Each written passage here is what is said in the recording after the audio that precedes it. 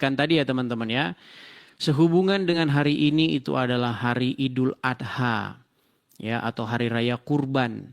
Nah, di mana kita lihat muslim-muslim itu menyembelih hewan-hewan kurban. Nah, mereka kurbankan kepada siapa? Ya nggak tahu juga. Ya kan? Nah, kenapa kok bisa Allah itu minta hewan kurban? Kenapa? Gitu. Nah ini nanti seperti biasa ya teman-teman ya. Ketika saya tanya ini sudah lama sekali saya tanyakan ini. Makin dijelaskan makin bikin pusing. Nah itu. Makanya tema hari ini adalah semakin Islam menjelaskan Idul Kurban, semakin hari raya itu tidak jelas asalnya. Seperti itu. Oke, silakan ya. Kita undang yang muslim-muslim, silakan ya. Silakan kalau Anda ingin naik saja, kita ngobrol-ngobrol dengan baik. Oke, kita kasih naik ada saudari Rahma. Oke, kita kasih naik ada Rahma. Rahma 89710. Ya, selamat pagi saudari Rahma. Rahma.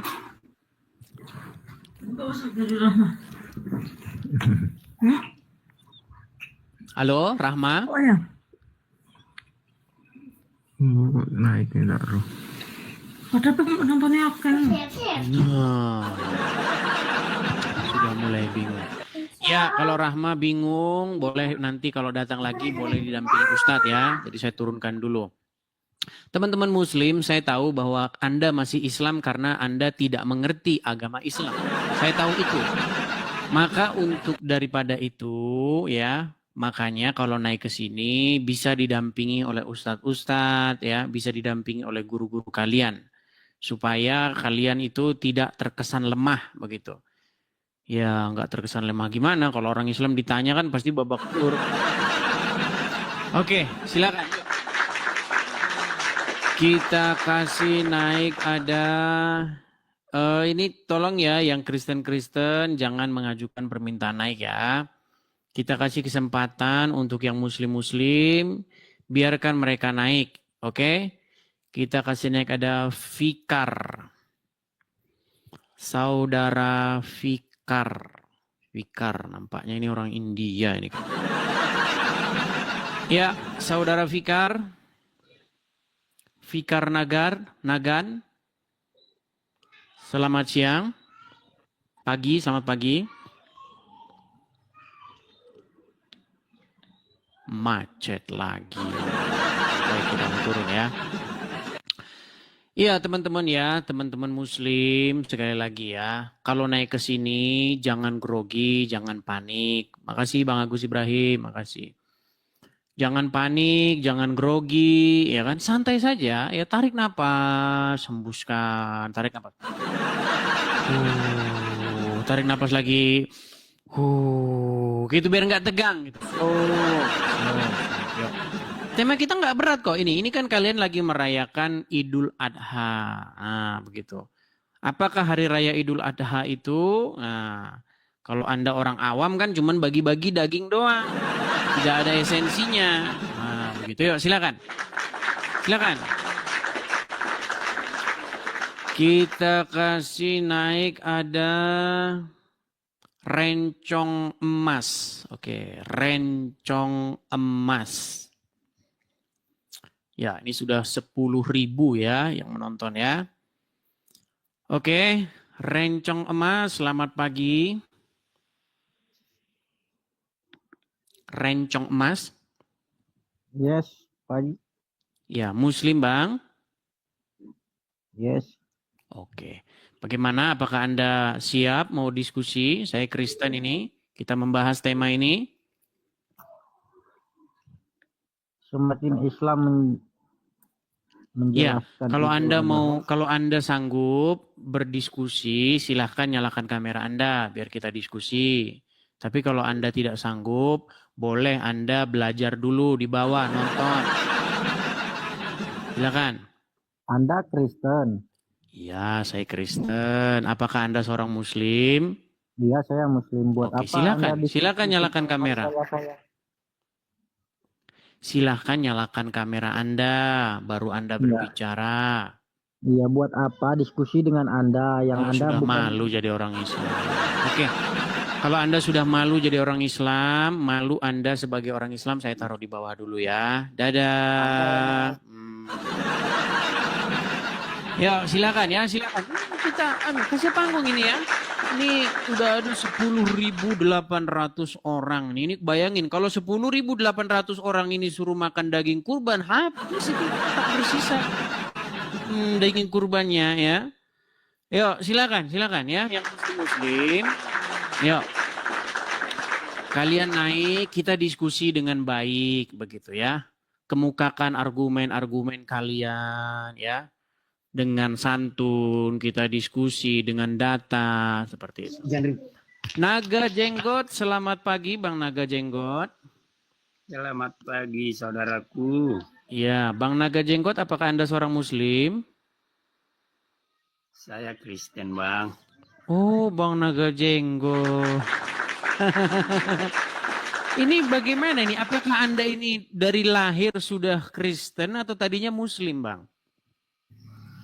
Saya sudah lahir dari Kristen, Bang. Lahir dari Kristen, tapi jenggot Anda ini... Saya ada ini. Apa bedanya Anda yang berjenggot orang Kristen dengan orang Islam yang berjenggot? Coba, apa bedanya? Kalau menurut saya, Bang, perbedaannya hanya pemahamannya aja, Bang. Ya, pemahaman apa yang beda?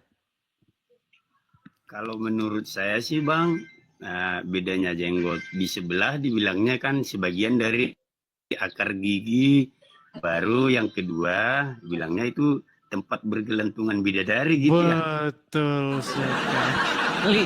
Berarti abang ini sering nonton ini ya kan? Kalau muslim berjenggot, di situ ada bidadari bergelantungan. Nah sementara kalau orang Kristen berjenggot, ya biasa-biasa saja, ya jenggot-jenggot aja begitu. Itu fakta loh, yang saya bilang itu nanti muslim marah-marah lagi. Yang muslim-muslim jangan marah-marah, karena memang kalian percaya apapun kata Muhammad, kalian percaya. Setan tidur di lubang hidung, kalian percaya. Ada bidadari manjat-manjat di jenggot kalian percaya. Kan gitu. Ya, apa Bang Naga Jenggot mungkin mau disampaikan Bang sebelum kita beri kesempatan kepada Muslim? Oke, Bang. Di sini saya mau mengucapkan selamat buat Abang dan juga saya ingin meminta dukungan dari teman-teman yang menonton tetap mendukung Edis TV dalam acara penyebaran Injil ya. Oke. Kiranya Tuhan Yesus memberkati saudara Edis TV. Saya dari Aceh juga ikut mengikuti terus itu Bang Edis TV. Mantap. Saya dari Aceh Tenggara mewakili dari saudara-saudara kita yang percaya dalam nama Tuhan Yesus tetap dukung Edis TV sebab Tuhan Yesus Kristus menyatakan sebarkan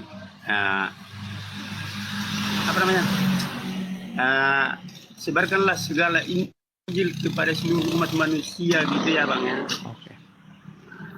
Oke, kabarnya banyak teman-teman yang dari Aceh yang jadi Kristen, masuk Kristen ya? Banyak Bang, itu termasuk dia pendi Aceh, banyak juga Bang. Soalnya udah banyak orang Aceh yang jadi pengikut Yesus Kristus Bang. Oke. Kemarin itu ada Pak siapa itu Tengku siapa gitu dia bikin satu siaran di YouTube.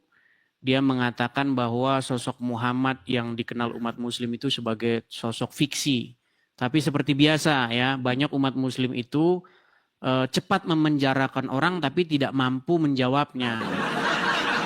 Ya itulah yang kita sesalkan ya. Kenapa muslim ini setiap ada orang yang berbicara tentang agama Islam, itu cepat-cepat dipenjarakan, bukan cepat-cepat dijawab. Ternyata setelah saya teliti, ternyata memang mereka tidak mampu menjawabnya. Begitu. Mereka hanya mampu memenjarakan orang, tapi tidak mampu menjawabnya. Oke, kita kasih kesempatan dulu ya Bang ya, kepada yang muslim-muslim ya. Oke, terima kasih Bang Naga Jenggot. Oke, saya turunkan ya Bang ya. Oke, yuk silakan ya yang muslim-muslim. Mari kita ngobrol-ngobrol santai, kita diskusi dengan baik. Kita kasih naik ada Koryazkia. Oke, Koryazkia.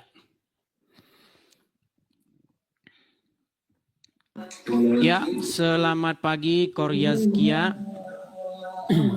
Ya, selamat pagi, Bang. Ya, Bang Koryazkia, apakah Anda ini seorang muslim, Bang? Iya, saya Muslim, Bang. Muslim, oke. Perkenalkan Bang, saya seorang Kristen ya. Di sini acara di Edis TV, acara diskusi lintas iman antara Islam dan Kristen, begitu Bang. Ya, Bang. Bentar, Bang. Oke, silakan Bang, silakan dipersiapkan diri. Ya, semoga Bang Koryazkia ini Muslim yang tidak seperti biasanya ya. Karena kalau Muslim yang seperti biasanya itu biasanya ngamuk-ngamuk, marah-marah, kejang-kejang Bang. Saya harap Anda bukan orang yang demikian itu Bang. Oke Bang, kita ini diskusi perihal yang diperingati oleh umat Muslim pada hari ini Bang. Yaitu mengenai Idul Adha atau Idul Kurban atau Hari Raya Penyembelihan atau Kurban. Nah, sebelumnya ini Bang, saya mau tanya dulu kepada Anda ini. Sebenarnya Hari Raya Kurban ini memperingati apa? Silakan. Kurban itu diyakini oleh orang Islam sebagai salah satu monumen besar karena agama Islam itu agama yang mengikuti anittabi millata Ibrahim Hanifa, mengikuti pelajaran dari Nabi Ibrahim alaihissalam. Dan juga ini tujuan yang paling pentingnya itu adalah kata Nabi untuk tu'matan lil masakin, untuk saling memberikan makanan, saling memberikan keenakan bagi orang-orang miskin sekitar. Jadi ini sebagai semacam sodakoh lah. Baik. Oke, kalau kita bicara itu kan tentu kita ada dasarnya, betul tidak? Ya, betul. Betul. Nah, ketika Anda mengatakan bahwa Hari Raya Kurban itu adalah untuk mencontoh Ibrahim. Nah, yang mau saya tanyakan ini kapan Ibrahim menyembelih hewan kurban? Silakan coba. Di mana Ibrahim itu di dalam Quran dia menyembelih hewan kurban? Di dalam Quran disebutkan Allah itu mengatakan wa'adzin fin nasi bil haji ya'tuka rijalan wa 'ala kulli dhamiri ya'tuna min kulli fajjin amik. Terus juga ada ayat lagi fasholli lirabbika wanhar. Artinya jadi kita itu harus melaksanakan sholat Id dan kita harus menyembelih hewan kurban. iya, makanya yang saya tanyakan kan tadi Anda kait-kaitkan itu dengan Ibrahim kan? Iya. Nah, di mana di dalam Quran Ibrahim menyembelih hewan kurban? Nah, itu dijelaskan di beberapa hadis. Oh, di hadis. Berarti di Quran tidak ada Ibrahim menyembelih hewan kurban? Ada, di Quran juga ada. Oke, di dalam Quran itu diriwayatkan bahwa Ibrahim itu kan bermimpi. Iya. Dia bermimpi menyembelih anaknya. Ya, betul. Kemudian dia ingin menyembelih anaknya itu, betul? Ini Betul. bahaya ini Bang, soalnya ini kayak di berita-berita ini bahaya ini Bang. Karena apa? Nih, saya kasih contoh ya. Ini saya kasih contoh-contoh teman-teman ya, bagaimana kejadian ya. Gimana? Sebentar ya. Kita santai aja, Bang. Oke. Ini memang kisah-kisah dalam Quran ini memang Bang, kalau Anda mau lihat ya, berita-berita yang seperti ini sangat gawat nih Bang, lihat ya. Saya kasih contoh nih Bang. Saya balikkan dulu gambar saya ya, kamera saya. Saya kasih contoh-contoh berita-berita Bang, lihat nih ya. Lihat. Blur bang, blur. Blur. Sekarang bagaimana? Ya. Lihat nih ya. Nih, ibu bunuh anak di Bekasi karena bisikan gaib. Wah, lihat tuh. Bahaya nih, Pak. Ya, yang lain lagi nih. Nih, kriminolog nih, bisikan gaib nih, banyak nih. Anak bunuh orang tua karena bisikan gaib. Lihat nih. Motif ibu bunuh anak di Bekasi ini banyak bang. Kalau kita lihat gambarnya bang ya, nih kita lihat misalnya gambar image ya, bentar. Oke. Nah lihat nih, ini banyak nih bang berita-berita begini bang nih. Ya. Ibu bunuh anak, nih ini kena sebuah penyakit namanya penyakit ini bang, skizofrenia. Ya betul. Betul. Ah ini bang, lihat nih. Boleh saya jelasin nggak Bang? Bisikan gaib, picu anak, bunuh ini gimana nih bang? Nah, yang mau saya tanyakan kepada Anda begini. Saya mau nanyakan kepada Anda begini. Ya. Saya balik ya kamera saya ya. Gini. Di dalam Al-Quran, Ibrahim itu kan bermimpi. Ya. Dia menyembelih Ismail. Nah, kemudian anaknya, tapi nggak jelas anaknya siapa itu. Betul? Ishak atau Gimana? Ismail. Itu antara Ishak atau Ismail. Iya, belum jelas kan? Ya, meskipun kita meyakini itu Ismail. Meyakini Ismail. Sebentar. Oke, ini ada jeda sejenak, teman-teman. Sebenarnya menurut agama Islam yang hendak disembelih oleh Ibrahim itu Ishak atau Ismail? Ismail Bang, karena boleh saya jelasin dulu nggak Bang? Silakan.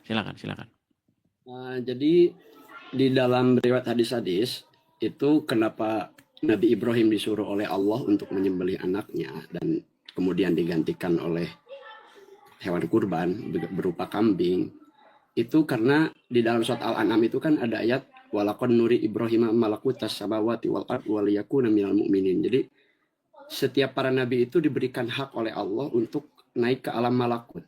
Alam malakut itu kayak alam goib. Seperti kan Idris juga pernah, Isa atau Yesus juga itu pernah, dan Ibrahim juga mengalami hal yang sama. Itu bukan itu loh yang saya bahas bang. Ini abang yang ditanya apa ini coba? Gini loh bang, gini. Yang saya tanyakan, apakah menurut Anda Al-Quran itu kitab yang jelas? Ya, jelas banget. Bang. Tidak ada keraguan padanya? Tidak ada keraguan padanya. Nah sekarang saya tanya, siapakah yang hendak disembelih oleh Ibrahim di dalam Al-Quran? Ismail. Oke, stop ya, stop. Kenal Gus Baha nggak? Kenal. Gus Baha. Anda akui nggak ilmunya Gus Baha tentang agama Islam? Akui banget. Baik, kita dengar pernyataan Gus Baha ya. Kita dengar. Ya. Ismail Ishak. Ishak apa Ismail? Dasar atau ngaji. Jadi sebetulnya perdebatan ulama itu lebih mengarah ke Ishak. Tapi mainstream kita di Indonesia itu lebih ke Ismail. Terus di kitab yang saya baca ini tafsir Sawi. Wa alam anna kullan minal qawlaini qala bi jama'atun minas sahaba wa tabi'in. Lakinil qawlu bi anna dhabi Ismail aqwa. Jadi pendapat kalau yang lakinil qawlu bi anna dhabi Ishak aqwa. Jadi pendapat yang mengatakan yang di dhabi itu siapa? Ishak itu lebih kuat. Di Arab Saudi, di Indonesia enggak. Siapa yang lebih kuat? Itu kan menurut pendapatnya. Nah, ini berat. Ini apa masalahnya Bang kalau itu Ismail atau Ishak? Iya, begini. Kita kan nggak fokus ke situ. Kita fokusnya begini. Jadi menurut Al-Quran, Ibrahim kan membawa anaknya, kemudian ingin disembelih ya. Nah, kata Al-Quran, lalu diganti anak itu dengan sembelihan yang besar. Betul? Iya, apa itu sembelihan yang besar? Ya kambing. Kambing. Sembelihan yang besar kok kambing, Bang? Emang harusnya apa?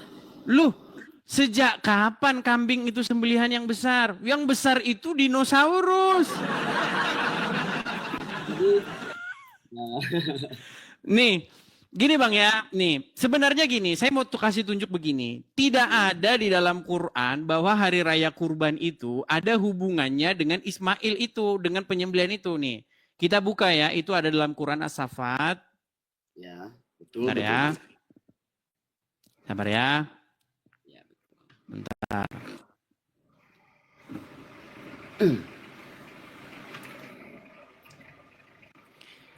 Sebentar ya.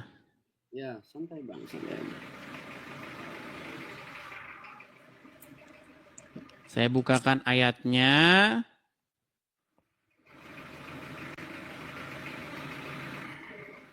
Baik, itu ada di dalam Quran surat As-Saffat ayat yang ke-107. Saya balik dulu kamera saya sebentar. Ini Bang ya. Perhatikan ini ya, lihat ya.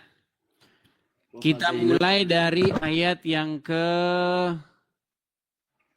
sebelumnya ya, kita mulai nih ya. Nah ini. Kita mulai dari 100. Oke, kita mulai dari sini ya. Kita mulai dari 102.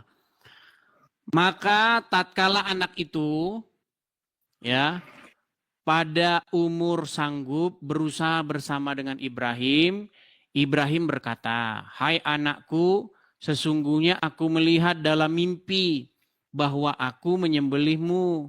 Maka fikirkanlah apa pendapatmu." Ia menjawab, "Hai bapakku, kerjakanlah apa yang diperintahkan kepadamu. Insya Allah kamu akan mendapatiku termasuk orang-orang yang sabar." Betul? Terus 103. Tatkala keduanya telah berserah diri dan Ibrahim membaringkan anaknya atas pelipisnya. Maksudnya gimana ini? Pelipisnya itu ya dibaringkan. Oke, baik. Dan kami panggillah dia, "Hai Ibrahim, sesungguhnya kamu telah membenarkan mimpi itu. Sesungguhnya demikianlah kami memberi balasan kepada orang yang berbuat baik." Loh. Jadi kalau orang berbuat baik disuruh nyembelih anaknya. Jadi saya jelasin dulu Bang dari cerita yang tadi. Enggak, sebentar dulu. Kalau ada orang berbuat baik, maka disuruh menyembelih anaknya. Ini kan sesungguhnya kamu telah membenarkan mimpi itu. Sesungguhnya demikianlah kami memberi balasan kepada orang yang berbuat baik. Nah ini gimana ini? Masa ada orang berbuat baik malah justru diberi balasan suruh nyembelih anaknya, ini gimana? Coba, silakan. Ya. Jadi itu kalau di dalam Quran itu kan ada ilmu yang dinamakan ilmu balaghah. Salah satu perkataan di dalam balaghah itu ada yang dinamakan musyakalah. Musyakalah itu suatu lapad yang maknanya sama, lapadnya sama tetapi rasanya berbeda. Kayak gini aja Bang. Kalau misalnya Abang mendengar berita seorang teroris telah dibunuh, itu kan bukan suatu yang negatif, tapi itu suatu yang positif. Oke, jadi kalau ada orang yang berbuat baik, maka balasannya bermimpi menyembelih anaknya. Ya kan itu kata tadi saya juga Bang, itu secara teologis ya, Ibrahim itu pernah dibawa ke alam malakut dan dia itu ingin membasmi orang-orang yang berbuat dosa. Terus kata Allah, dapat dari mana lagi? saya tunjukin ya. Bukan, itu ayat apa itu? Di surat berapa, ayat berapa? Itu di dalam surat Al-An'am, walaqad nuri Ibrahim malakutas samawati wal ard, tetapi itu dijelaskan di beberapa tafsirnya dan juga ada di beberapa hadis. Boleh saya tunjukin? Oh, hadis lagi. Oh iya, saya lupa. Kitab sucinya orang Islam bukan Al-Qur'an. Sorry. Ternyata saya lupa. Oke, kita lanjut ke sini Bang ya. Kita lanjut ke sini. Lanjut. Nah, sesungguhnya ini benar-benar suatu ujian yang nyata. Ya. Kita baca ini. Nah, ini dia ya. Dan kami tebus anak itu dengan seekor sembelihan yang besar. Terus? Oke. Coba Bang, kata fada inahu ini apa? Pada inahu, kami menggantikan. Iya, kami ganti. Jadi diganti anak itu dengan seekor sembelihan yang besar. Berarti anaknya sudah berubah jadi seekor sembelihan yang besar, betul? Ditukar, betul? Bukan Bang. Jadi bidah bin adim itu sebagai suatu gambaran saja sesuatu yang besar. Sehingga Islam itu mensyariatkan gak harus kambing aja, bahkan hewan-hewan kecil kayak ayam juga itu bisa dijadikan hewan kurban. Buset. Makanya seperti saya bilang tadi kan teman-teman, makin dijelaskan makin tidak. Oke, sebentar Bang ya, saya mau kasih tahu gini. Ya, Abang pernah baca Injil? nggak pernah. Abang pernah baca Bible? Baca Taurat? Nggak pernah. Nggak pernah. Nggak pernah. Ya, baik. Kalau tidak pernah, memang saya maklum kenapa abang tidak mengerti, kenapa ada masalah dalam Quran itu. Saya mau kasih tunjuk Bang ya. Sabar ya Bang ya. Apa aja Oke. masalahnya, Bang? Oke, baik. Saya mau kasih tunjuk sama Anda apa yang tertulis di dalam kitab Taurat. Ya. Ya. Sebenarnya apa yang barusan kita bacakan tadi itu, sebenarnya itu merupakan sebuah plagiat atau sebuah tiruan dari apa yang ada dalam Bible. Ya terus. Oke, saya mau kasih tunjuk. Ya.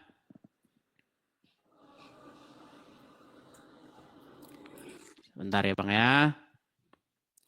Nih. Kenapa gak hafal Bible, Bang? Ya, Belum ini hafal. saya tunjukkan. Kalau kami bukan dihafal-hafal, Bang. Oh, Beda, kalau orang Islam dihafal-hafal. Walaupun tidak tahu artinya. Kalau kami tidak seperti itu. Oke. Baik ya, kita buka Kejadian pasal yang sabar Bang ya.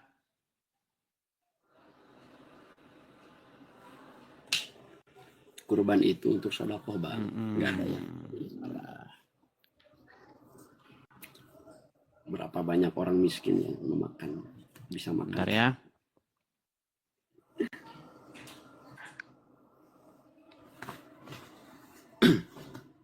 Sok, Bang, santai, Bang. Saya juga mau bawa air minum dulu, Bang. Bentar. Saya heran, ini kadang-kadang ini sulit dibuka gitu ya. Kadang-kadang bisa dibuka, kadang-kadang nggak bisa Ada dibuka. aplikasinya, Bang. Gimana? Ada aplikasinya itu, Bang. Iya, tapi saya di sini tidak pakai yang aplikasi, saya pakai yang online. Kita buka ya Kejadian pasal yang kedua-dua ya. Nih.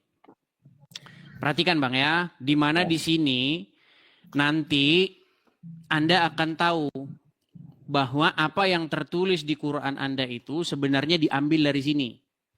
Perhatikan ya. Ya. Oke, ini Kejadian pasal yang kedua-dua ya. Kemudian Allah menguji kesetiaan Abraham. Allah memanggil Abraham, lalu Abraham menjawab, "Ya, aku mendengar."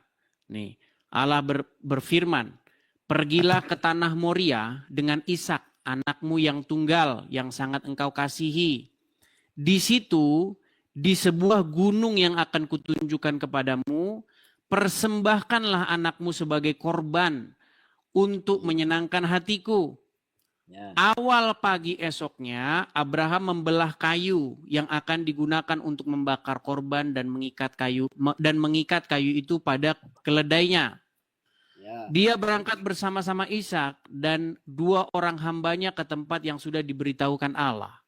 Pada hari ketiga, Abraham nampak. Pada hari yang ketiga, Abraham nampak tempat itu dari jauh. Kemudian dia berkata kepada hambanya, "Tinggallah di sini bersama dengan keledai ini. Aku dan anakku akan pergi ke sana untuk menyembah Tuhan. Nanti kami akan balik kepada kamu." Abraham menyuruh Ishak memikul kayu untuk korban yang dibakar dan dia sendiri membawa sebilah pisau serta bara api untuk membakar kayu. Sedang mereka berjalan bersama-sama, Ishak berkata, "Ayah." Abraham menjawab, "Ada apa anakku?" Ishak bertanya, "Kita sudah membawa api dan kayu, tetapi di manakah anak domba untuk korban yang dibakar itu?" Nah ini, Abraham sudah tahu. Abraham sudah tahu bahwa tidak mungkin dia akan menyembelih anaknya, ya kan? Abraham menjawab, "Allah sendiri akan menyediakan anak domba itu." Mereka berdua meneruskan perjalanan, ya. Apabila mereka tiba di tempat yang sudah diberitahukan Allah, Abraham membina sebuah mezbah dan menyusun kayu di atasnya. Lalu mengikat anaknya dan membaringkannya dia di atas mezbah, di atas kayu yang disusun. Kemudian dia mengambil sebilah pisau untuk membunuh anaknya. Tetapi dari langit malaikat Tuhan berseru kepadanya, "Abraham, Abraham." Abraham menjawab, "Ya Tuhan, jangan sakiti anak itu.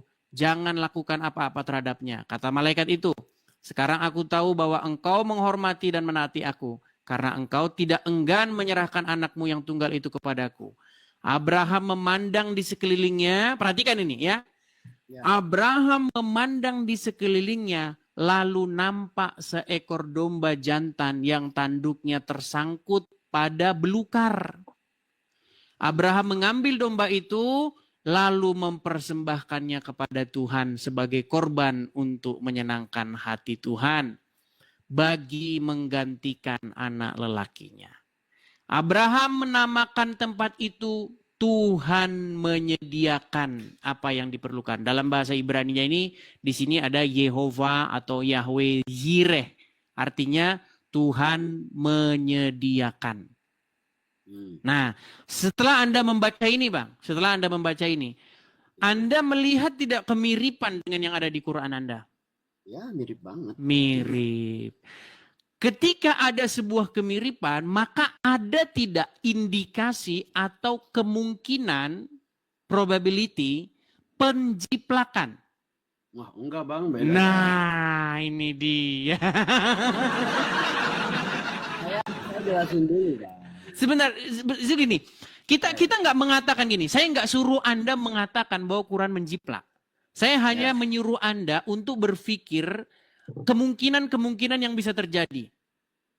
Ya. Kalau mirip, kalau jalan ceritanya itu ya 11-12, ya walaupun nggak sama, ada nggak kemungkinannya, peluang bahwa Quran itu menjiplak Bible? Nggak ada. Berat. Bible itu ya milik Islam sebenarnya. Berat. Waktu zaman sekolah itu kita belajar loh Bang, namanya peluang. Waktu matematika belajar peluang nggak? Nggak tahu. Nggak belajar peluang. Jelasin dulu nggak Bang? Oke, silakan. Jadi Nabi Muhammad itu kan disifati dalam Quran wa ma kunta tatlu min qablihi min kitabin wala tahutuhu biyaminika. Muhammad itu tidak bisa baca, tidak bisa nulis. Buta huruf. Ya, bukan gitu juga. Nah, Idan dia lah baca kabarmu. gini kata ini mana? Bukan gitu juga. Ini gimana sih Abang nih? Bang, sebentar. Muhammad bisa baca? Kan saya gak sopan Bang kalau ngomong gitu. Buta huruf kan konteksnya negatif gitu.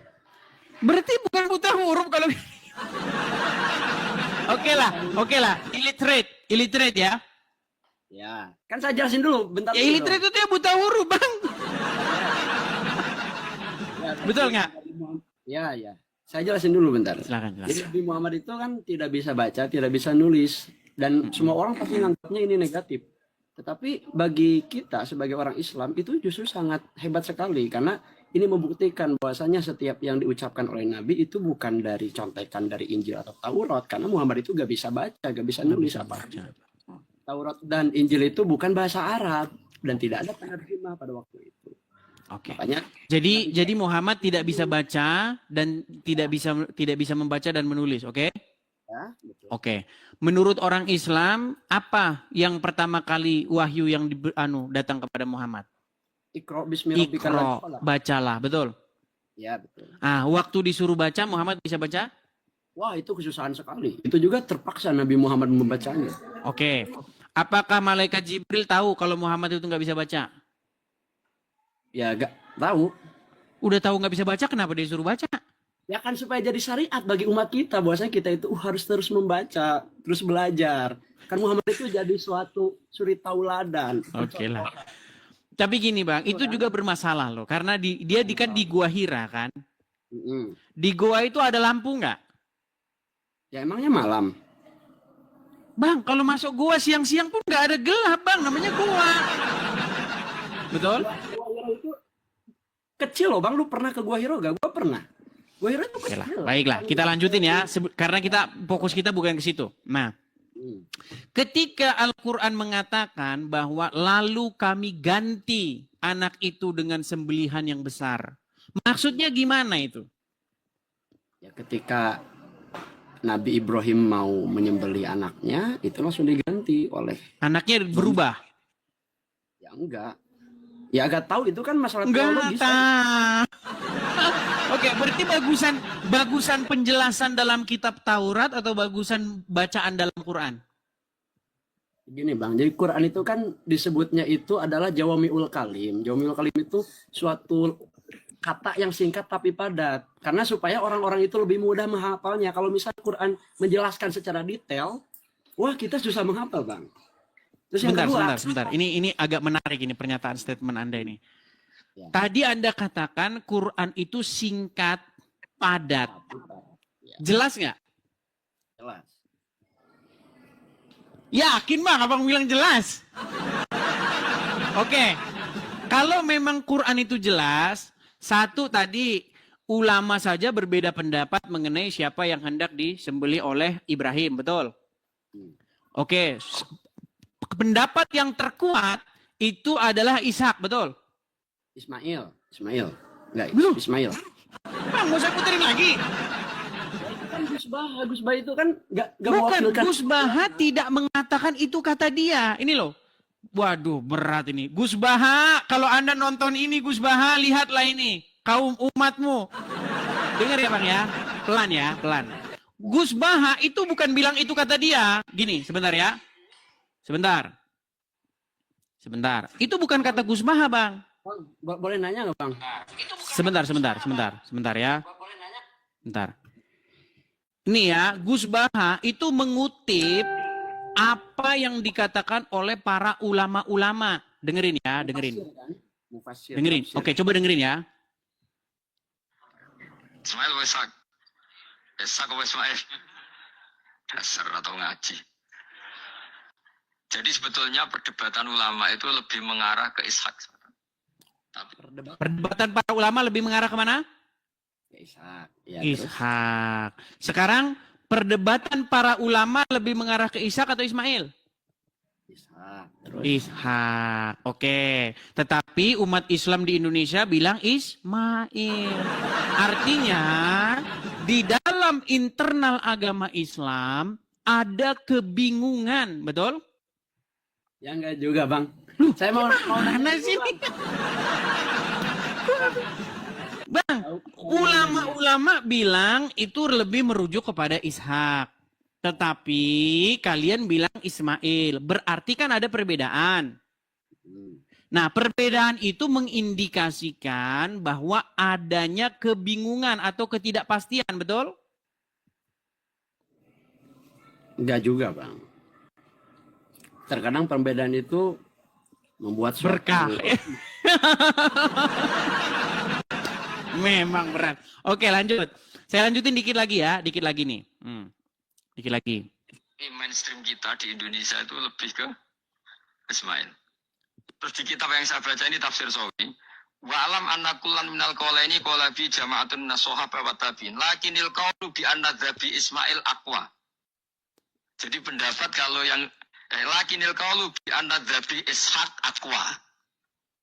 Jadi pendapat yang mengatakan yang di dzabi itu siapa? Ishaq itu lebih kuat. Di Tuh. Arab. Lebih kuat. Betul? Nah, tadi Anda mengatakan Quran itu singkat, padat, jelas, betul? Ya. Ternyata statement Anda berbeda dengan kenyataan. Yang benar Quran itu singkat. Saking singkatnya kagak jelas. Oke, itu ketidakjelasan pertama adalah siapa yang dibawa oleh Ibrahim untuk disembelih. Itu ketidakjelasan yang pertama. Ketidakjelasan yang kedua adalah dikatakan di situ lalu kami ganti anak itu dengan sembelihan yang besar, betul? Iya, terus. Coba tolong jelaskan kepada saya apa maksudnya kami ganti anak itu dengan sembelihan yang besar. Tahu saya sembelihan yang besar itu badak, Bang. Badak bercula satu atau jerapah. Coba. Jadi kan Ya. tadi Abang bilang antara Ishak atau Ismail itu kan membuat Quran teh kayak yang nggak jelas gitu kan ya. Tapi Quran itu sebenarnya nggak membahas sejarah, tapi Quran itu membahas hukum. Membahas hukum yang paling penting kalau sejarahnya itu nggak peduli itu apa, tapi yang penting itu hukumnya dari Iya, dan nabinya. umat muslim itu nggak ada kaitannya dengan peristiwa ini. Di mana di situ kurban itu memperingati peristiwa ini? Nggak ada. Kan Muhammad juga masih keturunan Ibrahim, Bang. Bang, di Quran itu tidak ada tulisan bahwa Muhammad itu keturunan Ibrahim. Ada bang. Waduh, sulit ini teman-teman. Aduh. Gini. Mau saya bacakan nggak ayatnya? Oke, silakan baca dalam Quran. Kalau ada di dalam Quran disebutkan bahwa Muhammad itu keturunan Ibrahim, saya terjun dari Monas, Bang. Coba, silakan. Tapi kayaknya orang-orang non-muslim harus secara eksplisit ya, harus secara dohir banget gitu lafadznya. Nggak harus dohir juga nggak masalah. Coba sebutin satu ayat dalam Al-Quran yang mengatakan bahwa Muhammad keturunan Ibrahim. Saya hafal ayatnya tapi lupa lagi ayat berapa. Rabbana wa ba'ath fihim rasulan minhum yatsu alaihim ayatika wa yu'allimuhumul kitaba wal hikmata. Silakan. Ya, kalau muslim itu saya tahu, Bang, mereka pandai berbahasa Arab tetapi tidak mengerti artinya. Gua paham. Gimana, Bang? Gua paham. Kan itu kan doanya Nabi Ibrahim. Ya Allah, mudah-mudahan engkau menurunkan dari keturunan saya yang membacakan Al-Quran. Dan bisa mengajarkan ilmu-ilmu dalam Al-Quran. Coba saya cari dulu ya ayat keberapanya. Sulit nih, teman-teman. Nih. Silakan dibaca. Dibaca saja, Bang. Dibaca. Bentar, gimana sih cara balikin kamera? Oh gini ya? Oke, silakan. Ya, silakan dibaca. Nah ini kan ceritanya tentang Ibrahim tuh. Ingatlah ketika Ibrahim meninggikan pondasi Baitullah. Ya, dibaca aja, dibaca. Jangan cerita, Bang. Dibaca aja. Dibaca. Kalau ada di situ disebutkan Muhammad itu keturunan Ibrahim, saya terjun dari Muhammad. Ya. Ingatlah ketika Ibrahim meninggikan pondasi Baitullah bersama Ismail. Seraya berdoa, ya Tuhan kami, terimalah amal dari kami. Sungguh engkaulah yang maha pendengar dan yang maha pengetahui. Terus? Ya Tuhan kami, jadikanlah kami orang yang berserah diri kepadamu. Dan anak cucu kami juga umat yang berserah diri kepadamu. Dan tunjukkanlah kepada kami cara-cara melakukan ibadah haji. Dan terimalah tobat kami. Sungguh engkaulah yang maha penerima tobat. Maha penyayang. Ya Tuhan kami, utuslah di tengah mereka seorang Rasul. Tengah mereka itu kan maksudnya di Ka'bah, di Baitullah. Baitullah itu kan di Mekah. Utuslah utuslah di tengah mereka seorang Rasul dari kalangan mereka sendiri. Gitu kan? Dari kalangan mereka sendiri, dari Quraisy. Yang akan membacakan kepada mereka ayat-ayatmu dan mengajarkan kitab dan hikmah kepada mereka. Dan mengajarkan mereka. Dan sungguh engkaulah yang maha bijaksana dan maha perkasa. Terus mana di situ Muhammad keturunan Ibrahim? Ya kan, utuslah di tengah mereka seorang Rasul dari kalangan mereka sendiri. Dari kalangan mereka, bukan dari kalangan mereka itu kalangan siapa? Quraisy. Ini kan Quraisy. Apakah Quraisy itu keturunan Ibrahim? Iya, keturunan Ibrahim. Loh, gimana sih? Kalau memang kalau Quraisy itu kenapa Ibrahim menyebut kalangan mereka? Kalangan mereka. Ya maksudnya yang ada di daerah mereka.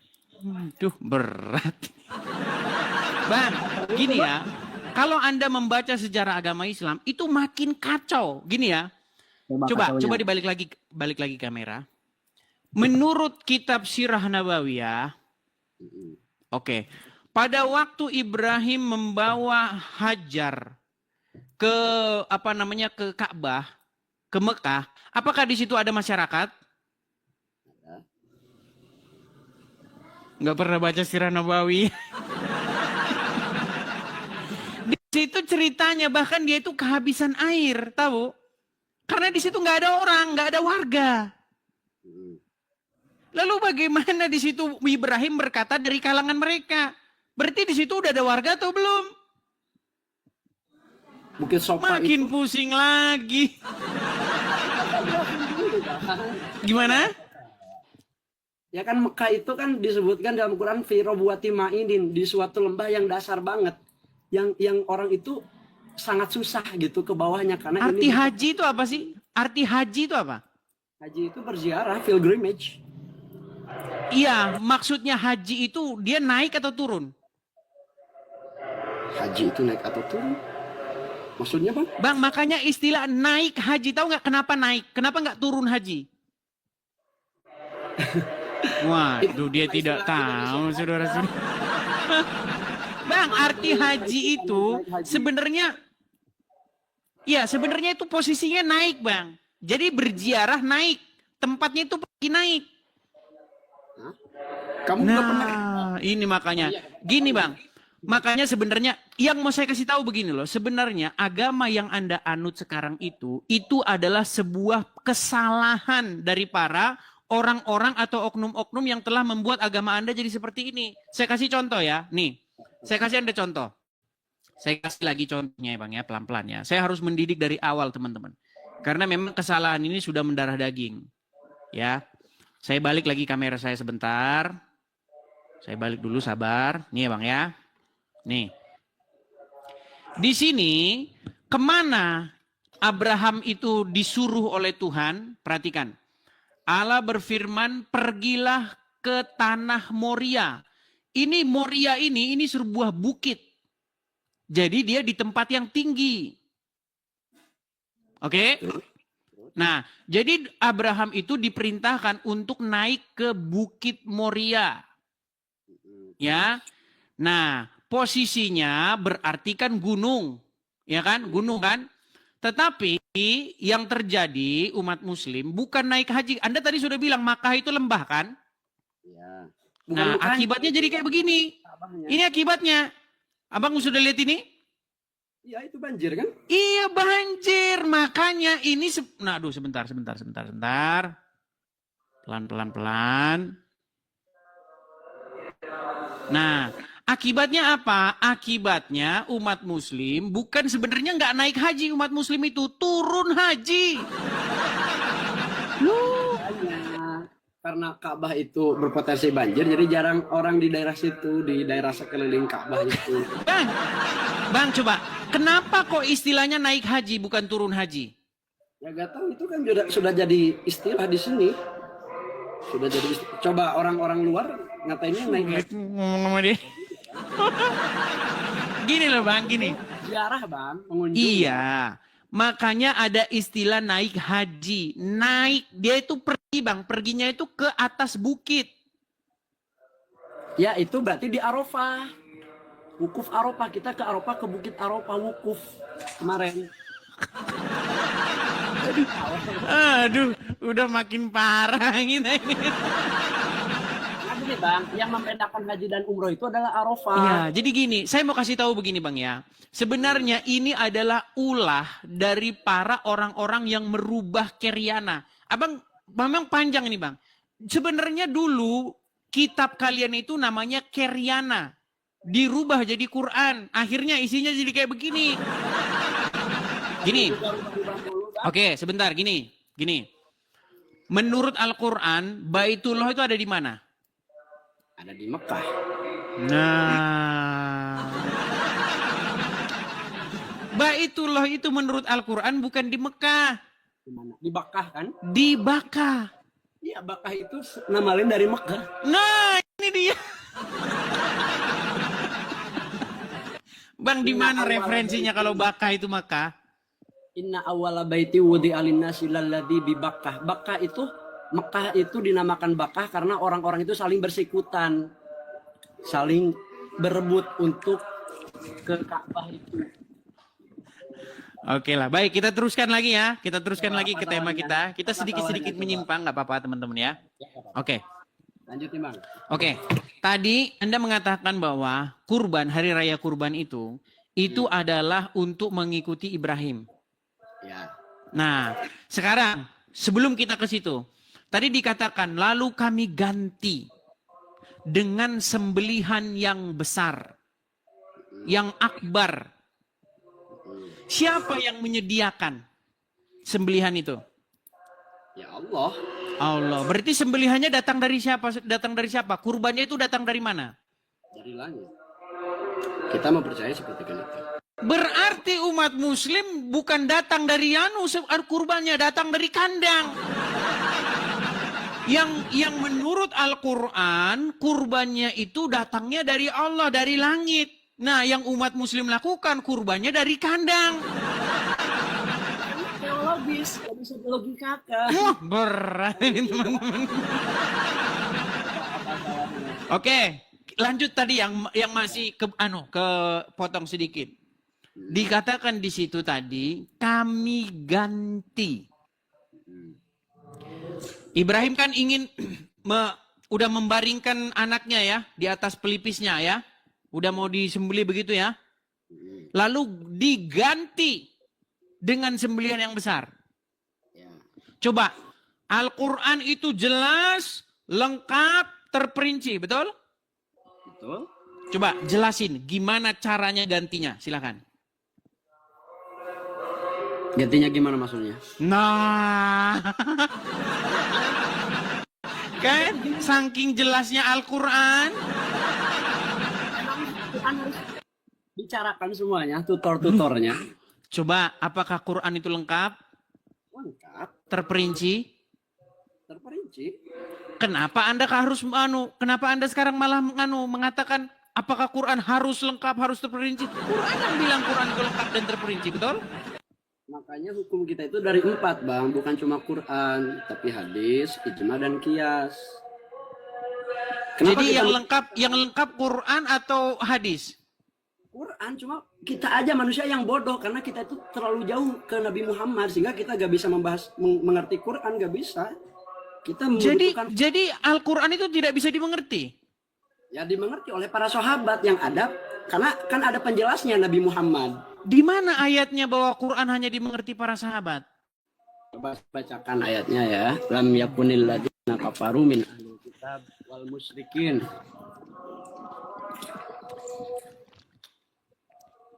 Contoh gini Bang. aja, Bang. Ada coba buka Quran surat Yusuf ayat yang kedua. Yusuf ayat yang kedua. Ya, terus Apa di situ dikatakan? sungguhnya kami menurunkannya berupa Al-Quran berbahasa Arab agar kamu mengerti. Oke. Tujuan Quran diturunkan agar apa? Agar mengerti. Agar mengerti. Ada nggak di situ yang agar mengerti itu adalah cuman para sahabat? Ya nggak ada. Nggak Tapi kan ada. Quran diturunkan ke orang Mekah. Orang Mekah kan sahabat. Oke, Coba sini, baik nggak apa-apa. Bang. Nah, Boleh nggak saya jelasin dulu? oke. Sekarang di situ ada frase kami ganti dengan sembelihan yang besar. Gua mau menjelasin kok nggak boleh, Bang. Ya sudah jelasin, coba silakan. Contoh aja kayak gini sholat. Kita kan sholat kayak baca. Bang, jangan lari sholat. Aduh, kok lari sholat? Fokus ke sini. Kami ganti dia dengan sembelihan yang besar. Kita kan Gimana gantinya? ya gantinya mungkin langsung diganti Jangan aja. mungkin. Gimana kok mungkin? Nggak boleh mungkin. Katanya Quran jelas, lengkap, terperinci. Ya. Oke, coba proses gantinya gimana? Ismail atau Ishak itu dipinggirkan, terus tiba-tiba ada kambing yang turun di langit. Langsung Ada disembelih. kambing turun dari langit. Mana ayatnya yang bilang kambing turun dari langit? Yaitu wafadainahu bidibhin azim. Kami Kami- ganti dengan sembelihan yang besar. Di situ nggak disebutkan kambing loh. Ya emang Quran harus serinci itu. Oke, Itu kan saya supaya- tunjukkan ayatnya ya, bahwa Quran itu rinci ya. Saya tunjukkan ayatnya, Bang. Masa Quran harus rinci? Itu Quran yang bilang bahwa Quran rinci. Aduh, berat ini teman-teman ini. Yang bilang Quran itu rinci, itu Quran sendiri, Bang. Gimana sih? Nih, saya tunjukkan ayatnya. Tunjukkan langsung di layar, sebentar. Ya, saya tahu ayatnya. Oke, coba Anda baca ini, Bang. Ya, kitabun uhkimat ayatu summa fussilat min ladun hakimin khabir. Ya, artinya Ayat-ayat inilah Quran yang ayat-ayatnya disusun dengan rapi kemudian dijelaskan secara terperinci. oke, Al-Quran terperinci nggak kata Al-Quran? Ya. Oke, karena kata Al-Quran, Quran itu terperinci, tolong jelaskan apa yang diganti dan apa itu sembelihan yang besar? Di Quran kalau menurut Qurannya sembelihan besar itu ya berupa apa saja karena supaya jadi sunnah. Kalau kurban itu bisa pakai apa saja asalkan hewan peliharaan. Bang, di sini dikatakan sembelihan yang besar loh. Ya kan itu kan mewakilkan, Bang. Kalau misalnya langsung disebutkan domba nantinya asumsinya kurban itu harus memakai domba atau harus memakai kambing. Di situ ada kata-kata besar, azim, betul nggak? Iya. Arti azim itu apa sih? Ya gede. Besar gitu kan? Nah, makanya saya bilang yang muslim sembelih itu apa sekarang? Ya domba, kambing, sapi. Kecil atau besar itu? Ya besar mungkin. Mimbahimatil Mungkin. Gimana? Saya baca tafsirnya ya Bang ya. Jadi ada ulama Tafsir. kayak Ibnu Katsir mengatakan Mas Pidi bin Adim itu kenapa digantikan dengan sembelihan yang besar, karena ini hari yang besar. Sehingga orang-orang itu menyembelih mungkin banyak hewan buat diberikan. Bukan, kita nggak bicara orang loh. Kita bicara Allah yang menggantikan. Digantikan dengan sembelihan yang besar. Ya. Nah, maksudnya itu digantikan Allah yang ganti sembelihan besar itu diganti apa? Ya menurut kita kambing Bang. Terus Nggak ada di situ kambing, Bang. Di Quran tertulis kambing nggak? Ya nggak ada. Terus kalau misalnya nggak ditulis, terus kita salah. Nah, bahwa Quran itu jelas. Pertama kan satu nggak jelas. Akhirnya sembelihan yang besar itu apa juga nggak jelas. Betul? Ya, coba saya nanya Bang, ada gak dalil tentang main HP? Di Bible ada gak dalil tentang main HP? Kan nggak Bible ada. tidak pernah mengklaim bahwa Bible itu lengkap terperinci. Ya berarti Bible bukan kitab yang paling terbaik. Siapa bilang? Siapa yang Coba. bilang bahwa Bible kitab yang paling terbaik? Ya coba kalau Kristen itu agama yang benar, kenapa Abang gak melaksanakan kurban? Itu kan tadi disebutkan. Gak melaksanakan kurban. Ini gimana sih Anda ini? Bang, Bible, dengar, Bible itu tidak pernah mengklaim bahwa dirinya itu adalah kitab yang lengkap, sempurna. Nggak pernah ada. Nggak pernah. Terus? Nah, kitab Anda, Al-Quran, mengatakan bahwa dirinya lengkap. Mengatakan bahwa dirinya terperinci. Anda tadi mengatakan singkat, padat, jelas, betul? Ya. Ternyata faktanya tidak seperti yang Anda utarakan.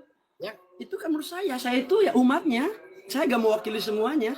Yang mewakili Bang, kita kepala- nggak bicara iman. Kalau bicara iman, kita nggak usah ngobrol. Kalau bicara iman selesai. Ngapain? Kita itu bicara fakta. Ketika Anda mengatakan bahwa Quran lengkap, terperinci, jelas, singkat, pada jelas, makanya saya tanya, diganti dengan sembelihan yang besar. Nah, sembelihan yang besar itu apa? Sebenarnya yang besar menurut kita kambing, Bang. Terus apa salahnya? Di mana tertulis kambing? Ya di tafsir-tafsirnya. Di tafsir-tafsir. Apakah itu Quran? Ya tafsir itu menurut pemikiran ulama. Ulama dari guru-gurunya sampai nabi. Nah, makanya kita lagi bahas Quran, Anda bahas tafsir. Yang lengkap itu Quran atau tafsir? Ya Quran.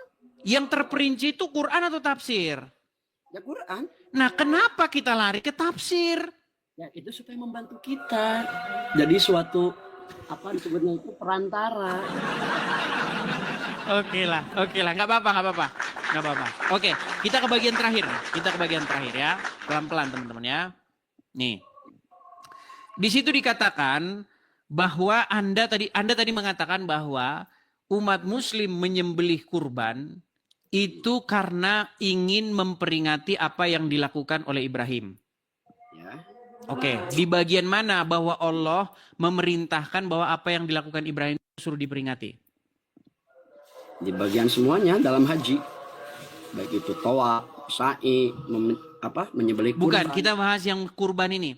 Di mana ada Allah, wahai umat Muslim, ikutilah apa yang dilakukan oleh Ibrahim. Di mana? Ya itu ayat Menyembelih yang kurban itu. Ya ayat yang tadi yang falamma balagha ma'usa ya qala rabbi inni ara fil manami anni adzbahuka. Bahas terjemahannya. Jadi ketika datang suatu mimpi ke Ibrahim dan Ibrahim mengatakan ke anaknya, saya itu bermimpi sampai 3 kali bahwasanya saya itu menyembelih kamu. Oke, berarti kalau Anda mengikuti itu, berarti umat Muslim harus menyembelih anaknya, betul? Ya enggak juga kan, belum selesai ceritanya. Karena Loh, perintah harusnya kalau Anda ingin mengikuti apa yang dikerjakan Ibrahim, harusnya yang ingin disembelih itu anak kalian. Nah, makanya ini salahnya kalau misalnya membaca Quran dengan terjemahan, karena terjemahan itu bukan Quran. Terjemahan bukan Quran. Terus gimana kita mau tahu kalau nggak diterjemahin? Ya, makanya dari ulama kita mengaji tafsir, mengaji ilmu balaghah, mengaji ilmu Duh, Oke lah. Nabi, Bang. Apalagi Gimana? kalamullah. Kita kan jauh dari Nabi, kita gak pernah bertemu Nabi. Apalagi Oke, ini jadi Quran itu bukan untuk manusia ya, hanya untuk para teman-temannya Muhammad, betul? ya untuk semuanya. Kalau misalnya dia mau Gimana sih? Coba, apakah Quran hanya bisa dipahami oleh teman-teman Muhammad? enggak semuanya. Terus kenapa Anda harus mengatakan bahwa harus mereka yang paham Quran? Saya kan mengatakan harus mereka, tapi mereka yang paling paham Al-Quran. Kalau misalnya kita itu... Oke, kalau mereka yang paling paham Al-Quran, menurut mereka siapa yang hendak dipersembahkan oleh Ibrahim? Persembahkan apanya, Bang? Yang hendak disembelih siapa? Yang hendak dikurbankan siapa? Ishak. Terus? Kata siapa Ishak? Sebagian ngomong Ismail. Katanya mereka yang paling paham. Gimana sih ini, aduh. Katanya mereka yang paling paham. Itu bukan sahabat. Ibnu Katsir itu bukan sahabat, itu ulama. Ini bukan Ibnu Katsir. Oke, coba ya, sini. Siapakah ini? Ini saya bacakan kepada Anda. Ini sahabat Muhammad, itu mereka saling bertentangan. Nih. Ya.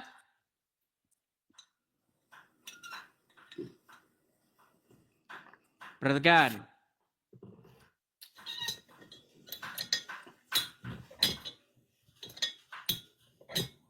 Ini para sahabat sendiri yang bertentangan dan berbeda pendapat. Perhatikan. Dari kitab apa itu? Baik, saya nanti akan bacakan kepada kalian ya.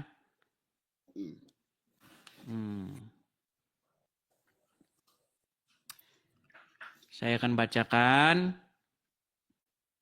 bahwa yang berpendapat ini adalah ini Umar bin Khattab juga sahabat ya. Ya. Siapa-siapa yang sepakat dengan pendapat ini, siapa-siapa yang sepakat dengan pendapat ini. Saya tunjukkan ya. Sabar, sabar. Perhatikan. Ini ya. Saya balik dulu kamera saya, Bang. Lihat ya. Kita baca ini. Kita baca. Agak panjang ini ya, agak panjang. Oke. Dari kitab apa Disebutkan, gimana? Sa'labi, Imam Sa'labi. Ya nih. Perbedaan pendapat adalah hal biasa di kalangan ulama meskipun terkait dengan kemuliaan nasab dan seterusnya dan seterusnya dan seterusnya ya. Perhatikan. Disebutkan oleh Al-Salabi dalam kitab beliau, ini nama kitabnya ya, Tafsir Al-Quran, bahwa tokoh-tokoh pendukung pendapat pertama ini diantaranya adalah kalangan sahabat, ya, yakni Umar bin Khattab, Ali bin Abu Thalib, Abdullah bin Mas'ud, dan Al-Abbas dan Al-Muthalib, dari kalangan tabi'in dan pengikut mereka, yakni Ka'ab, Al-Ahbar, Sa'id bin Jubair, Qatadah, Ikrimah, dan seterusnya nih. Sampai besok kita sebutin namanya nih ya. Kesadaran akan luhurnya identitas dari ras Nabi Ismail tidak menjadikan mereka mengasihkan riwayat yang menyebut bahwa Nabi Ishak adalah tokoh yang terhormat yang dimaksud. Nih, nah di sisi lain kalangan yang menyebut Nabi Ismail sebagai sosok yang dikurbankan adalah Abdullah bin Umar dan Abu Umair bin Watsilah dari kalangan sahabat. Cuman 2 orang dari kalangan sahabat. Ya, terus? Ya adalah Abdullah bin Umar dan Abu Umair. Sedangkan dari kalangan sahabat yang mengatakan itu Ishak nih, ya Umar bin Khattab, Ali bin Abu Thalib, ya banyak sekali nih, Abdullah bin Mas'ud, ini banyak banget. Nah tadi Anda mengatakan yang paling paham Al-Quran adalah para sahabat, betul? Ya. Sementara para sahabat sendiri kebingungan, beda satu sama lain, betul? Ya, terus? Nah, sekarang bagaimana Anda percaya bahwa para sahabatlah yang mengerti Al-Quran sementara mereka sendiri saling berbeda?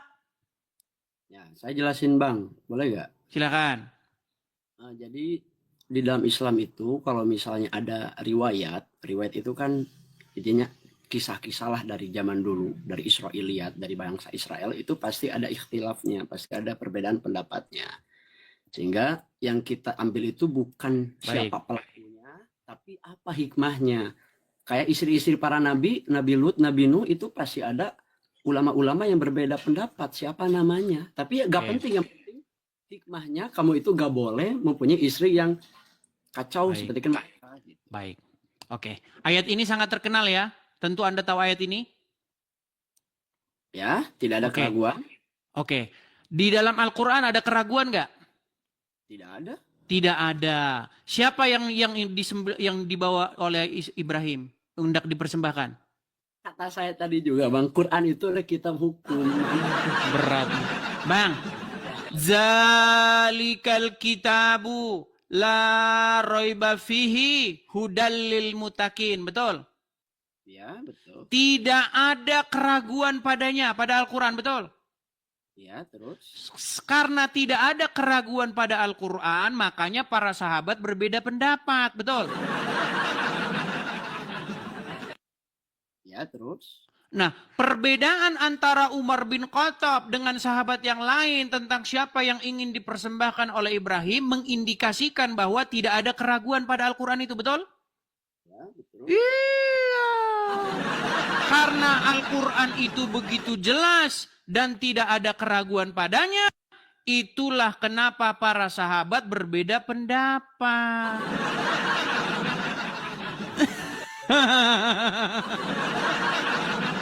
Loh, betul? Coba kayak gini aja, Bang. Kayak kelahiran Nabi, kayak hari kematian Nabi. Itu kan ulama-ulama pasti berbeda pendapat karena itu riwayat, bukan hukum. Kalau hukum itu pasti. Loh, katanya Quran lengkap, terperinci, jelas.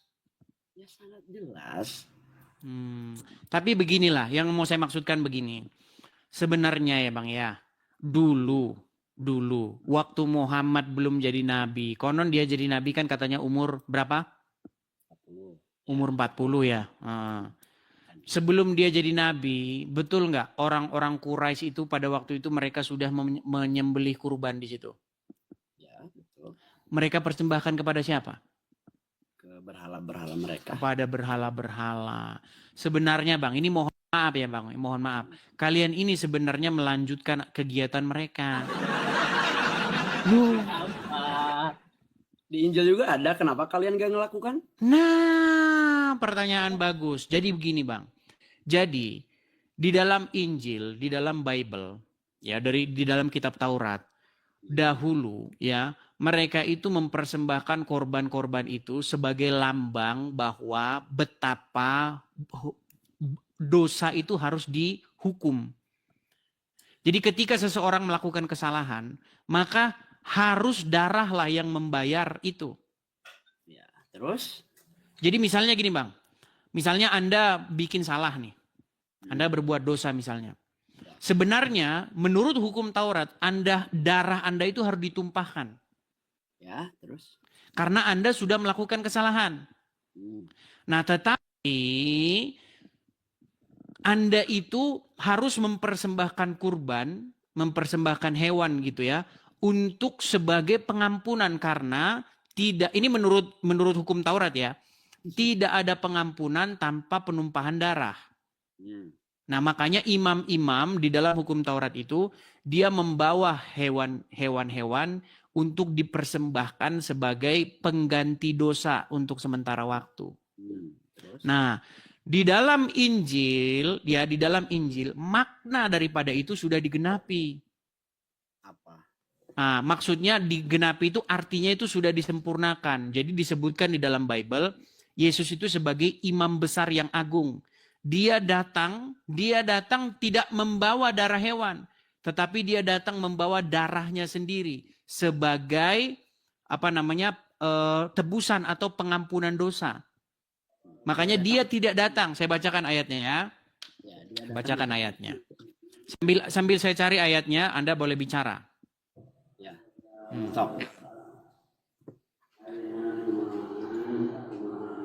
Nih ya, saya bacakan ya. Bacakan.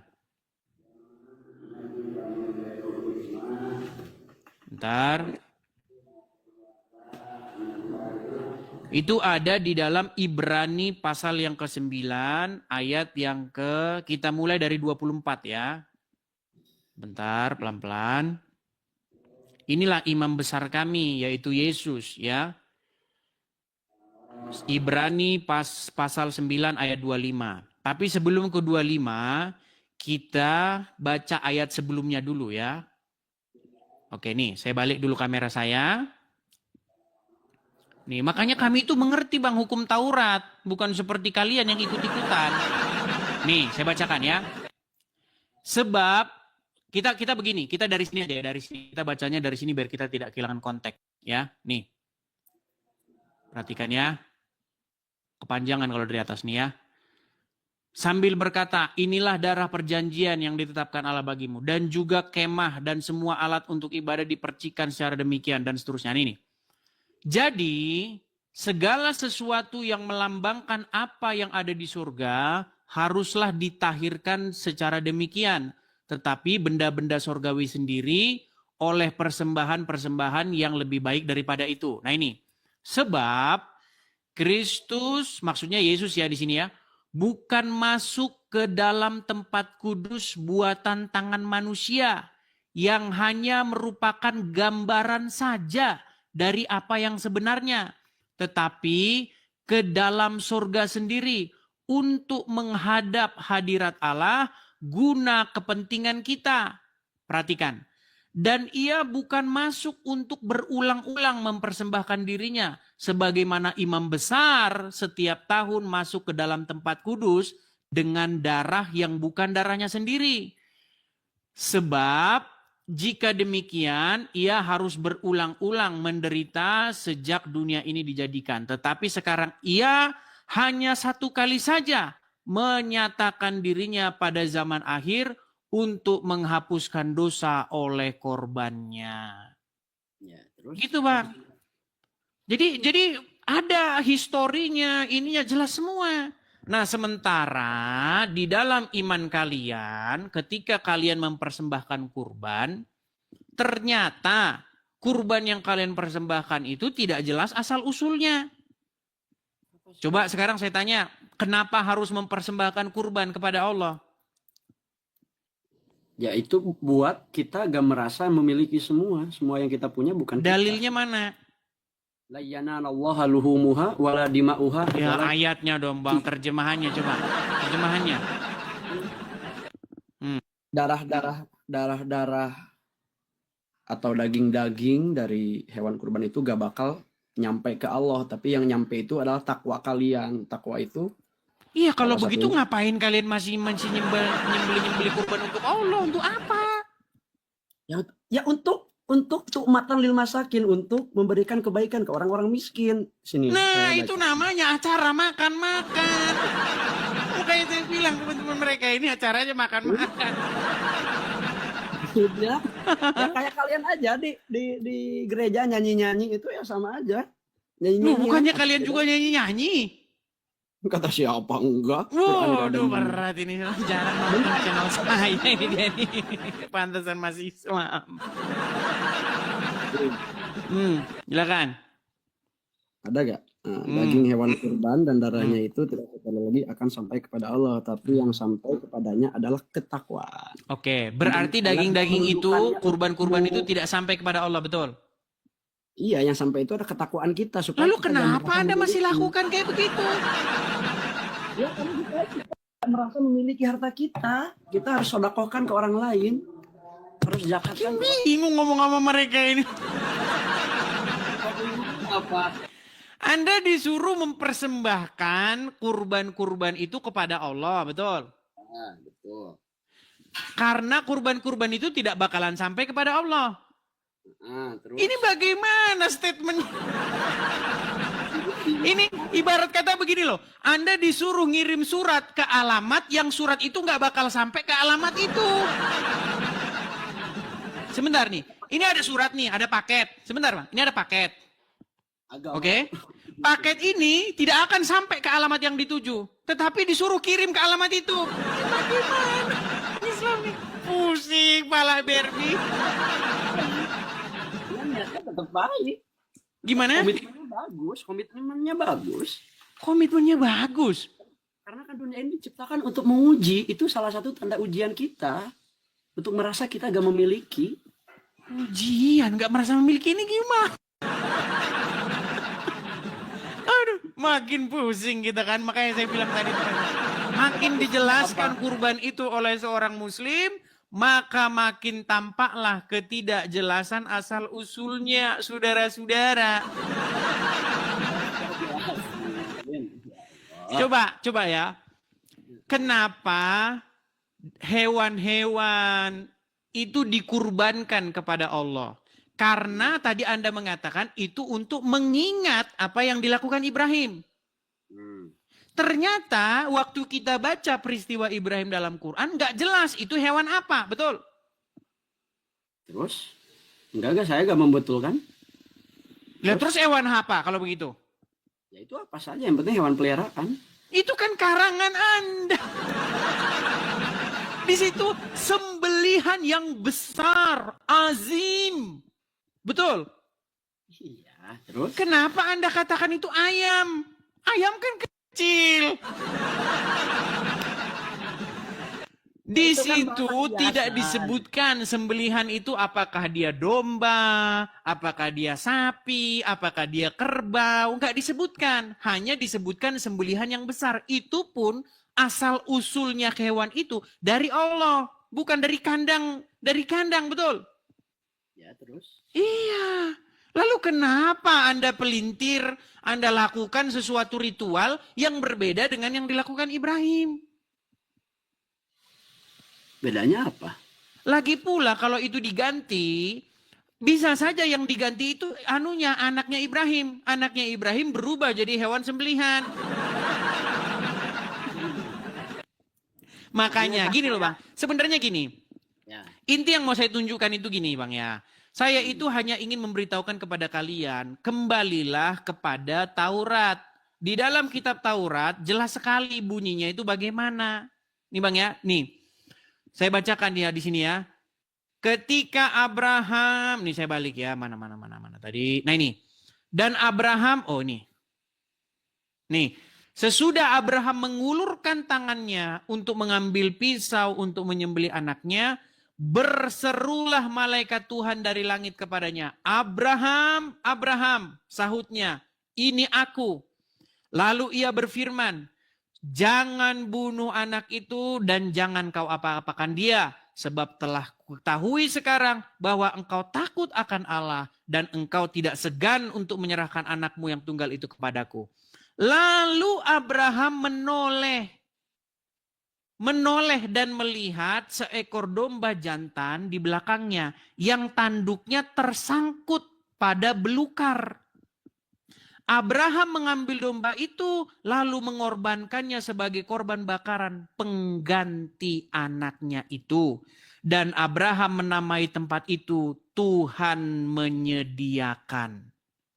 Tuhan yang menyediakan. Iya. Jadi Tuhan sendiri yang akan menyediakan korban baginya. Korban yang harum baginya, persembahan yang harum baginya. No, ini Anda malah. Jadi gini, maksud saya gini. Pernah sering nonton lihat wild animal begitu, pernah lihat? Acara-acara misalnya di TV-TV begitu, hewan-hewan liar gitu, pernah lihat? Ya, pernah. Nah, terus? sering nggak hewan-hewan itu tanduknya itu kesangkut di belukar atau di kayu-kayu? Sering lihat? Ya, mungkin terus. Ya, banyak kejadian begitu. Bahkan sampai jadi kerangka-kerangka banyak begitu. Karena dia cari makan atau gimana tapi nyangkut tanduknya. Dia nggak bisa keluar lagi. Nah, kejadian itu ilmiah semua, alamiah semua. Kita nggak bicara dongeng-dongeng. Nah, sementara di kitab Anda ada kambing turun dari langit, betul? Ada kambing turun dari langit kan?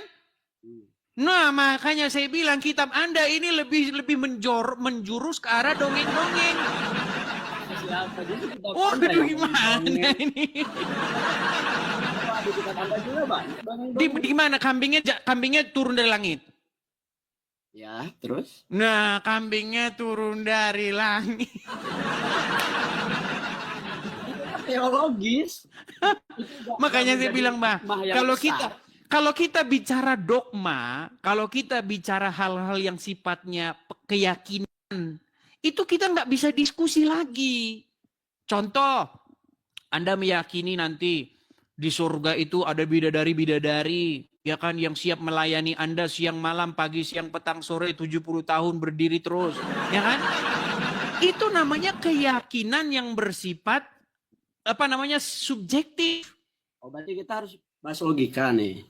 Lu kalau kita bahas dogma ngapain? Kita debat kusir, debat anak SD. Gimana? Coba saya mau nanya ke Abang. Hmm. Jadi di dalam Kristen itu kenapa sih Yesus itu harus mengorbankan dirinya gitu? Baik, jadi begini ya. Di dalam Bible, semua manusia itu telah berbuat dosa. Oke, manusia yang pertama kali diciptakan menurut Bible ya, itu adalah Adam. Adam itu artinya manusia. Nah, manusia yang pertama ini, dia gagal. Dia gagal menjadi gambar daripada Tuhan. Karena, saya harus jelasin dari awal ya. Menurut Bible, ketika Tuhan menciptakan manusia, manusia itu diciptakan menurut citranya Tuhan. Menurut gambarnya Tuhan. Makanya Tuhan meniupkan roh hidup, nafas hidup ke dalam hidupnya.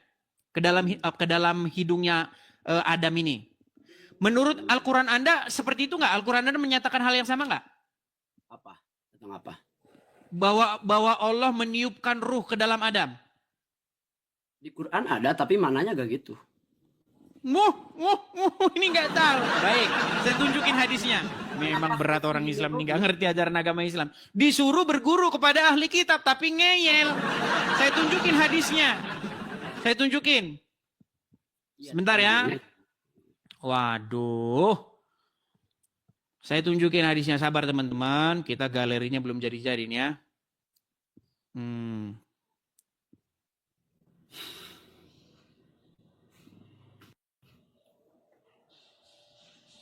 Bahkan di dalam hadis itu nggak boleh mukul wajah orang itu. Karena manusia itu diciptakan dengan bentuknya. Nih, saya tunjukin. Semua hadismu juga nyontek dari Bible. Biar kalian tahu. Nih, saya tunjukin hadisnya. Saya jelasin. Tadi katanya enggak, sekarang saya jelasin. Aduh, berat bener. Nih, sebentar nih. Saya balikkan kamera saya lagi. Nih ya, saya tunjuk. Ini hadisnya ya. Makanya hadis itu dilarang mukul wajah orang. Nih. Dari Abu Hurairah, Nabi bersabda, Allah Azza wa Jalla menciptakan Adam dalam bentuknya. Dalam bentuk siapa? Bentuk Adam, bukan bentuk Allah. Buset, ini huruf Y-nya huruf besar apa huruf kecil, Bang? Emang apa kalau Y-nya huruf besar? Aduh, berat ini. Aduh, lawan diskusi saya ini nekat terus. Ini loh, Allah Azza wa Jalla menciptakan Adam dalam bentuknya. Nya di sini, N-nya huruf besar. Ini merujuk kepada Allah. Oke, saya terima. Dibilangin ngeyel. Bang, abang itu disuruh belajar sama ahli kitab. Jangan anti. Quran suruh bilang, jika kamu ragu-ragu, tanya kepada orang-orang yang membaca kitab sebelummu. Makanya bang, percayanya sama Quran, jangan sama ulama. Bahkan di hadis juga dilarang nih. Jika kalian saling berkelahi dengan saudaranya, maka jangan pukul wajah. Karena Allah Azza wa Jalla menciptakan Adam dalam bentuknya. Terus? Nih, dalam riwayat lain disebutkan ini, sesungguhnya Allah menciptakan Adam dalam bentuk Ar-Rahman. Jadi bang, Quran sama Bible itu punya pesan yang sama dalam hal penciptaan manusia. Manusia itu diciptakan dalam gambarnya sang pencipta itu. Jadi kita ini bang, kita ini merupakan manifestasi daripada Tuhan. Aslinya begitu. Boleh saya jelasin nggak bang? Sebentar, gini biar saya selesaiin. Ya. Tadi kan Anda bertanya tentang Yesus kan? Ya kan? Biar saya jelasin, biar poin saya masuk. Nih, saya jelasin lanjutannya. Kita bicara dogma nih. Nah, ketika Tuhan menciptakan manusia itu pada dasarnya diciptakan menurut gambarnya Tuhan itu. sebagai wakilnya Tuhan itu ada di bumi ini untuk mengusahakan bumi ini. Oke? Terus? Nah, Terus? tetapi akhirnya jatuh ke dalam dosa. Manusia itu tidak lagi taat kepada Sang Penciptanya, tidak lagi gak sesuai dengan atau menjadi citra dari Sang Penciptanya, tapi dia membantah, membangkang, memberontak terhadap Tuhan itu. Akhirnya dia berbuat dosa. Dia bikin dosa ini dan lain sebagainya. Akhirnya yang terjadi sekarang bumi ini kan rusak. Manusia saling membunuh, saling sikut sana, saling sikut sini, korupsi dan lain sebagainya. Nah, makanya Adam yang pertama itu gagal. Nah, Bible bilang, Injil bilang, ada Adam yang kedua, namanya Yesus. Yesus itu sebagai Adam yang kedua, citra daripada dia. Nah, Yesus yang kedua ini berhasil. Nah, apa bentuk keberhasilannya Yesus? Keberhasilan Yesus itu disebutkan dalam Bible, dia taat sampai mati. Berarti Adam mah enggak. Kalau Adam nggak taat sampai matinya, dia berbuat kesalahan. Makanya seluruh keturunannya telah berbuat dosa. Di dalam hadis Anda dikatakan, seluruh anak cucu Adam itu yang lahir itu, dia menangis semua, betul? Betul. Karena apa menangis? Karena dosanya. Karena disentuh Allah, disentuh setan, betul? Nah, ada nggak yang tidak nangis? Ada. Siapa? Nabi Muhammad dan Yesus. Ngarang. hanya menurut hadis, hanya Isa yang tidak disentuh oleh setan karena dia suci. Terus? Makanya manusia yang sempurna, yang kembali kepada fitrahnya, itu hanya Yesus. Kenapa? Karena dia tidak melakukan dosa. Sedangkan Muhammad, Musa, dan lain sebagainya itu berbuat dosa semua. Kita kan lagi bahas dogma sekarang kan. Kita udah bahas dogma ini. Nah, makanya saya bilang yang kita itu manusia itu harus menjadikan Yesus sebagai suri tauladan kita. Jadi kita itu harus tiap hari itu mirip sama Yesus. Jangan mirip sama Muhammad. Mana? Coba, Kalau saya mau mirip nanya. sama Muhammad ya nanti kayak kelakuannya kayak Muhammad. Saya mau nanya lagi. Silakan. Yang mematikan di dunia ini mematikan manusia siapa, Bang? Manusia itu mati karena dosanya. Yang mematikan siapa? Yang mematikan. Ya, kalau bahasa singkatnya memang disebutkan akulah yang mematikan dan akulah yang menghidupkan, tetapi prosesnya itu karena dosa-dosa manusia. Berarti Yesus atau Bunda Maria pas mati itu oleh siapa matinya? Pertanyaan seperti ini. Bang, apakah Muhammad itu kekasih Allah? Ya. Apakah Allah yang mencabut nyawa Muhammad? Ya, betul. Apakah Allah mencabut nyawa kekasihnya sendiri? Betul. No, berarti kejadiannya persis seperti ini, Bang. Nih, Apa? nih, Bentar. nih. Itu kejadiannya kayak begini. Ya nih, saya tunjukin ada di gambar nih. Waduh, ini kita jadi ngulang-ulang. Ini pertanyaan orang Islam nih dari dulu kayak begini, teman-teman. Jadi ya beginilah diskusi kita nih. Perhatikan. Pria bunuh kekasihnya sendiri. Nah ini. Sekarang saya tanya, apakah Muhammad adalah kekasih Allah? Ya, betul. Apakah Allah membunuh Muhammad? Yang mematikan Muhammad ya. Oke, berarti Allah membunuh kekasihnya sendiri, betul? Ya, kan supaya Nah, Muhammad mirip kayak ini. dan Fakta dari pria di contoh. Bogor membunuh kekasihnya sendiri. Hubungannya dengan ini. Berat ini teman-teman. Oke lah Bang, karena Anda, gini, saya sebenarnya berharap nih, Anda ini membawa satu syubhat, satu pokok bahasan yang baru. Nih, tapi Anda ternyata ya sama seperti muslim-muslim yang lain. Ya, Bang. saya mau jelasin dulu Bang, jangan kamu dulu dong. Gimana jelasin dari tadi ngawur semua. Bahasan kita ini mengenai asal-usul kurban, asal-usul hari raya kurban dalam agama Islam. Dapatnya dari mana? Dapatnya dari Tadi Anda Quran. bilang dapat dari Ibrahim. Ternyata Ibrahim tidak melakukan apa yang kalian lakukan. Tidak melakukan apanya. Apakah Ibrahim menyembelih kambing di dalam Quran? Nggak disebutkan. Iya, makanya saya bilang kalian ini nggak tahu ngikutin siapa. Daripada Kristen nggak ngikutin siapa-siapa. Kurban nggak diikutin. Oke lah. Ya. Kita berikan kesempatan kepada muslim lain ya. Ya, tapi terakhir saya Bang mau jelasin dulu Bang, terakhir Silakan. Bang. Jadi saya mau menginginkan semua muslim kalau mau belajar Quran itu harus mengkaji ilmu balaghah, ilmu tafsirnya, karena kita itu memahami Quran itu sangat susah karena Quran itu kan kalam Allah. Allah dan Nabi Muhammad juga sudah jauh, apalagi kita dengan Allah. Kita tidak bisa bertemu dengan Muhammad, tidak bertemu dengan para ulama. Makanya kalau mau memahami Quran itu gak bisa dengan terjemah, gak bisa dengan kalimat seenaknya kayak Bang Edis, karena Quran itu dipenuhi dengan balaghah. Balaghah itu sastra bahasa Arab yang harus dikaji dulu. Mungkin membutuhkan beberapa tahun. Bang, semakin Anda berbicara, semakin Anda ini ngelatur loh. Kenapa saya katakan ngelantur? Kenapa? Di mana Quran itu ada balaghahnya? Di mana disebutkan dalam Al-Quran?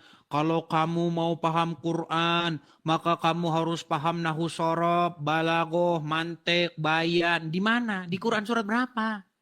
Fas'alu ahla dzikri. Tanyakanlah ke orang yang pintar. Oke, yang pintar itu siapa menurut Al-Quran? Ya para ulama. Bukan ahli kitab. Duh, Ulama kalau juga disebutkan memang di yang Quran. dimaksud itu adalah bukan ahli kitab, lantas bagaimana ada ayat yang berbunyi begini nih. As'alil ladina. Jika kamu ragu-ragu tentang apa yang diwahyukan kepada kamu, maka tanyakanlah kepada orang-orang yang membaca kitab sebelummu. Betul? Ya. Berarti kalau ada orang yang ragu-ragu terhadap Al-Quran, suruh tanya siapa? Ya bukan gitu maknanya. Itu kan ada. Nah, kan dipelintir lagi kan. Oke lah, kita kasih kesempatan kepada muslim yang lain ya. Makasih Bang. Oke, sama-sama Bang Koryazkia. Oke, makasih Bang ya. Oke, selamat pagi menjelang siang. Kita sudah sudah mau Jumatan ya. Karena jamaah saya ini kebanyakan muslim. Jadi mereka mau Jumatan. Bagaimana teman-teman? Karena jamaah saya pada mau Jumatan, apakah kita lanjutkan atau bagaimana? Sudah 17.900 orang ini jamaah. Oh, jamaah. Lanjut. Bagaimana? Ya, karena jamaah saya ini mayoritas muslim. Nah, yang kaum muslim itu sudah senang nonton channel Edis TV. Mereka udah nggak senang lagi nonton kajian Abdul Somad. Tausiahnya di sini ya, seperti itu. Ya. Oke, sebelum kita lanjut kita iklan dulu saja ya. Kita iklan dulu. Teman-teman sekalian, sekali lagi teman-teman kita ada program untuk pendirian rumah apologet ya, di mana tempat itu akan kita gunakan sebagai tempat untuk memproduksi konten-konten seperti ini, untuk mengudara, untuk on air begini ya, untuk siaran seperti ini. Jadi kita itu perlu yang namanya tempat, teman-teman. Sehubungan kalau kita membuka acara seperti ini di Konoha, pastilah kita digerebek dan dikatakan menista agama.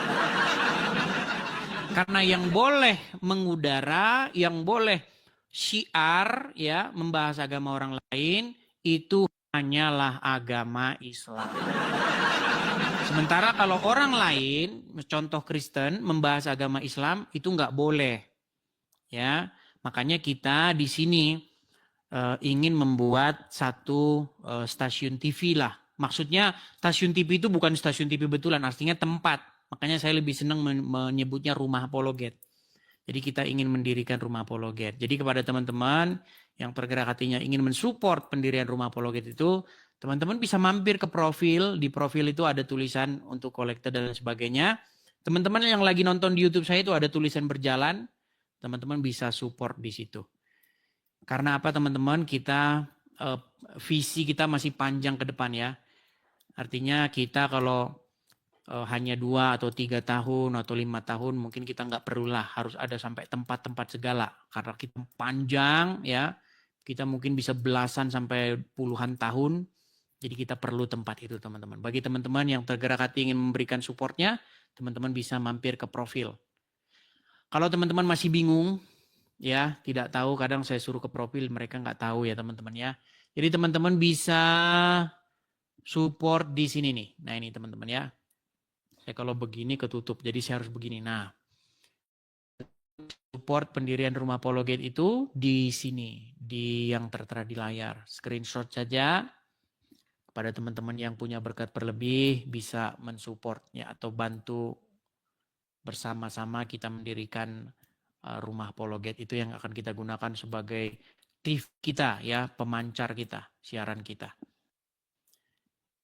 Teman-teman ya, kita harapkan ini sudah kita tutup ya kolektor Rumah Apologet ini di akhir tahun ini. Kita harapkan sudah selesai di akhir tahun ini. Seperti itu. Oke, kita lanjutkan kembali ya teman-teman ya. Kita lanjutkan kembali.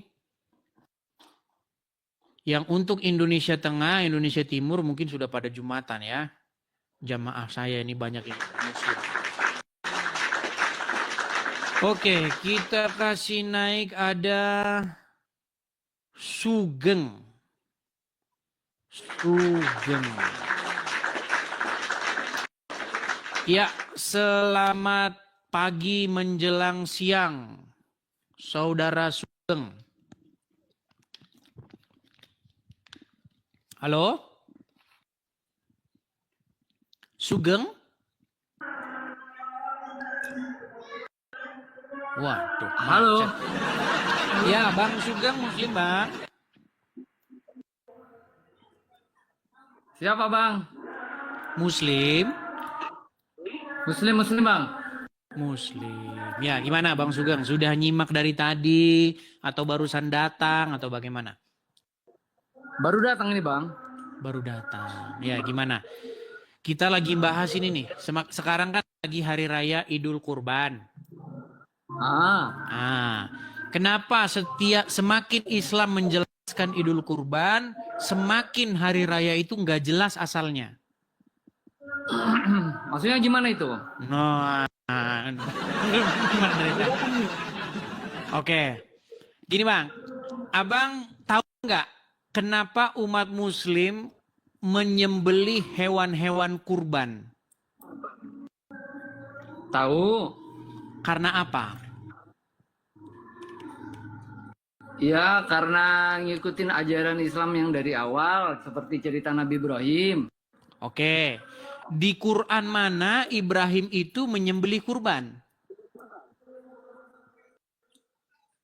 Kurang paham ya bang? No. Kurang paham kalau dia... Makanya saya bilang Bang, alasan seseorang masih Islam adalah karena dia tidak mengerti agama Islam itu. Seandainya dia mengerti agama Islam itu, maka besok pagi dia tidak akan mempercayainya lagi. Terus?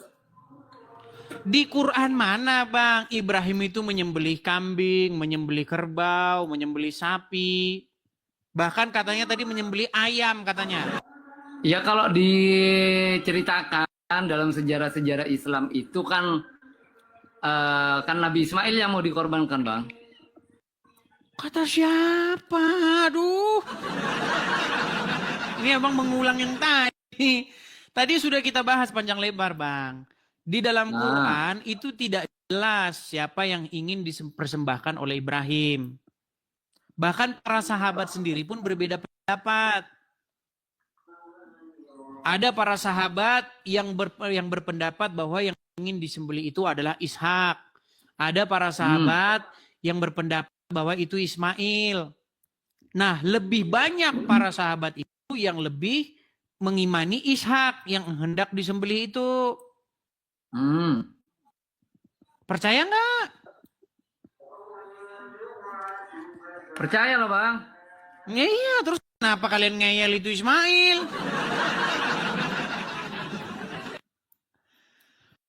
Oke lah, gimana kalau kita kasih kesempatan Bang, muslim-muslim yang lain, Ustadz biar yang berkompeten yang menjawab. Boleh lah, boleh. Oke, Gas. oke gitu aja Bang ya, Bang Sugeng ya. Oke, Wah. makasih Bang Sugeng, saya turunkan Bang. Nanti banyak lagi yang protes saya teman-teman. Karena jamaah saya itu kan banyak muslimnya. Saya ini kalau habis siaran, saya ini harus membalas 500 pesan yang masuk. Iya. Dan isinya itu muslim yang protes. Kamu beraninya ya sama Islam yang awam. Kamu tidak berani sama Ustaz. Justru deh, tunggu-tunggu itu Ustadz yang datang. Tapi kalau Ustadz yang datang kok malah mengiyakan apa kata saya. Serba salah. Giliran Ustadz yang datang, dia iyakan, dia benerin, dia apa? Membenarkan apa kata saya. Tapi kalau orang awam yang datang, saya dimarahin. Beraninya sama orang awam. Aduh, serba guna, serba salah. Oke, yuk kita kasih naik lagi. Memang serba guna ya teman-teman ya. Oke, kita kasih naik ada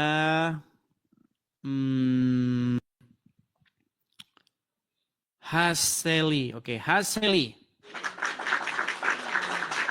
Selamat pagi menjelang siang, Haseli. Oh, salam 3 pedal. Ini kok malah salam 3 pedal yang saya naikkan Haseli tadi. Oke, nggak apa-apa. Salam 3 pedal. Salam 3 pedal. Oke, saya turunkan dulu. Oh, udah nyambung. Halo, salam 3 pedal. Halo? Halo Bang, sorry. Saya Kristen, sorry. Oke, salah masuk. Turunkan ya Bang ya. Oke, Bang Edi. Tadi saya naikkan Haseli tadi, tapi yang kepencet ini. Karena dia penonton itu naik turun di kolom antrian ini teman-teman. Jadi kadang saya pencet A, yang kepencet B. Oke, sabar ya. Kita kasih naik ada Haseli. Nah, malah kena Angga kan. Angga Sky. Oke, Angga Sky, selamat pagi menjelang siang, Angga Sky. Selamat pagi Bang, saya agama Hindu Bang. Oh Hindu. Salah pencet Bang, salah pencet. Oke. Ternyata jamaah kita ada juga yang Hindu. Oke, saya turunkan Bang ya. Ada juga yang Hindu jamaah kita teman-teman. Oke, kita kasih naik ada Samsul. Oh ini kayaknya Samsul Huda. Samsul Huda.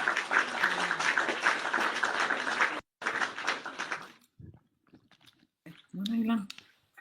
Ya, Bang Samsul. Bentar. Samsul? Ya, sebentar. Ya, silakan Bang Samsul nyalakan kamera. Halo Bang Edi. Halo juga Bang Samsul. Muslim Bang? Ya Muslim. Muslim. Gimana Bang? Sudah nyimak dari tadi atau barusan datang atau bagaimana? Ya sudah dari tadi Bang. Sudah dari tadi. Ya gimana Bang? Kenapa semakin Islam menjelaskan Idul Kurban, semakin hari raya itu tidak jelas asalnya? Silakan Bang. Ya enggak gitu Bang. Itu jadi kalau semakin dijelaskan ya semakin jelas. Bukan enggak tambah jelas. Loh, Al-Quran sering bilang begitu loh Bang. Kalau semakin dijelaskan justru nanti malah bikin bingung. Enggak, Ada ayatnya di Quran. Janganlah kamu banyak bertanya kepada Nabi. Nanti kalau dijelasin sama Nabi, nanti hatimu makin berat. Betul nggak? Loh, itu statement Anda makin dijelaskan makin jelas. Itu bertentangan dengan Al-Quran Bang. Kalau Quran makin jelasin, makin kagak jelas. Oh, saya ayatnya. Memang, karena banyak umat muslim tidak tahu Al-Quran teman-teman. Sabar ya, saya kasih tahu ayatnya Bang ya. Di mana ayat itu nih ya? Nih. Sebentar ya. Ya. Mana? Mana Bang? Nggak ketemu, memang nggak ada itu berarti. Oh ada. Ada ya. Itu memfitnah yang nyata itu loh. Fitnah yang nyata katanya. Oke. Di dalam Quran surat Al-Maidah ayat yang ke-100 101 ya. Al-Maidah 101. Al-Maidah 101. Bentar. Karena saya ini masih pakai teman-teman, manual, pakai HP. Jadi kita nyarinya masih ini. Belum canggih alat kita ini. Makanya besok kalau ada rumah apologet kita canggihkan semua alat kita ya. Saya balik dulu kamera saya Bang ya. Saya balikkan. Saya bacakan surat Al-Maidah ayat 101. Hai orang-orang yang beriman, janganlah kamu menanyakan dalam kurung kepada Nabi hal-hal yang jika diterangkan kepada kamu akan menyusahkan kamu. Nah, betul? Betul nggak? Berat. Lu tahu ayat ini? Enggak Bang, ini tadi kan yang dibahas kan masalah Hari Raya Kurban. Baik. Saya balik kamera saya. Enggak, saya kan hanya menanggapi statement Anda tadi. Kalau perjelas makin jelas. Kan saya bilang sebaliknya. Makin dijelasin makin kagak jelas nih loh. Semakin Islam menjelaskan Idul Kurban semakin tidak jelas gitu loh. Coba kalau nggak percaya kita buktikan bersama. Apakah umat muslim melakukan hari raya Idul Kurban, mempersembahkan kurban-kurban kepada Allah? Ya, untuk bukti ketakwaannya itu Bang. Oke. Itu dalam rangka apa? Ya dalam rangka menjalankan perintahnya. Mencontoh siapa? Nabi Ibrahim. Mencontoh Ibrahim. Oke. Ya. Yang umat muslim sembelih apa untuk dipersembahkan kepada Allah? Ya domba, ya Sapi. ada yang sapi, ada yang unta. Kerbau. Oke. Nah, gitu, Bang. Apakah Ibrahim dalam Al-Quran mempersembahkan hewan-hewan tersebut? Ya tapi kan digantikan sama domba. Digantikan sama domba, ini berat. Awalnya Oke, baik. Ismail. Di mana Bang ayat Quran yang mengatakan bahwa itu digantikan sama domba? Jadi itu kan di surat apa tadi itu? Di surat As-Saff. As-Saffat 102. Oke, 102. Adakah di situ disebutkan domba? Dia menyebutkan wahai anakku Ismail itu. Ismail. Waduh, ini kayaknya baru datang ngomongnya udah nyimak dari tadi.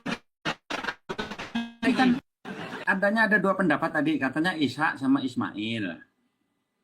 Gimana? Ada yang berpendapat Ishak, ada yang berpendapat Ismail. Oke, para sahabat kan ada yang berpendapat Ishak, ada yang berpendapat Ismail. Ah ya. Artinya ada perbedaan pendapat antara mereka. Ya. Perbedaan pendapat itu mengindikasikan bahwa Al-Quran tidaklah jelas menyebutkan apakah itu Ismail, apakah itu Ishak, betul? Al-Qur'annya jelas Bang Edis. Cuman Kalau yang kenapa ada para sahabat yang beda pendapat? Ya tanya ke dia kenapa dia beda pendapat. Harusnya mengikuti Al-Qur'an. Berarti itu. para sahabat, apakah Umar bin Khattab menurut Anda tidak mengerti Al-Quran? Ya mengerti. Dia pintar. Kata Umar bin Khattab siapa? Nah itu. Ishak. Isa, ya itu Isa itu. Oke, yang benar siapa? Ishak atau Ismail? Ismail kalau menurut As-Saffat 102 tadi. Mana di situ disebutkan Ismail? Ini maka lihatlah bagaimana pendapatmu. Dia dalam kurung Ismail menjawab. Oke, di dalam bahasa Arabnya ada nggak Ismail? Ya. Dalam bahasa Arabnya.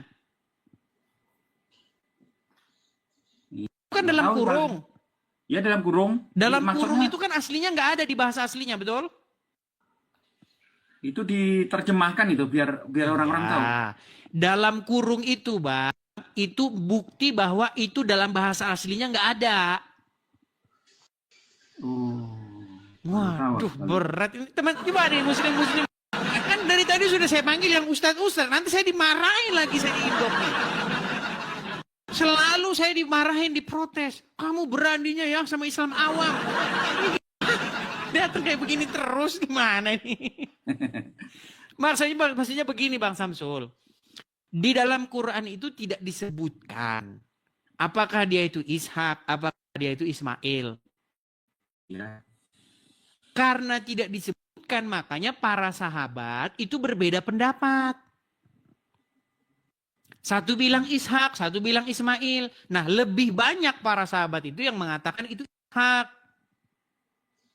Karena umat muslim tidak mengikuti para sahabat, umat muslim itu ngikutin ulama-ulama Indonesia.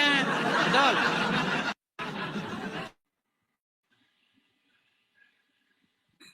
Berat nih kayak begini, Enggak. berat. Bagai di sini maksudnya pinter nyari celah-celahnya gitu loh. Maksudnya Bukan cari celah-celah. celah-celah, memang itu sudah tertulis di situ. Saya itu sebenarnya hanya ingin mengatakan apa sebenarnya ajaran Islam itu. Karena selama ini yang dipercayai oleh orang Islam ini bukan Al-Quran. Yang dipercayai oleh orang Islam adalah pendapat orang tentang Al-Quran. Bukan. Makanya dulu Bang ya, waktu pertama kali saya belajar Al-Quran, semua ngomong sama saya, kalau kamu mau paham Al-Quran, kamu harus punya guru. Kalau kamu tidak punya guru, maka gurumu adalah Syaiton Nirozim, kata dia.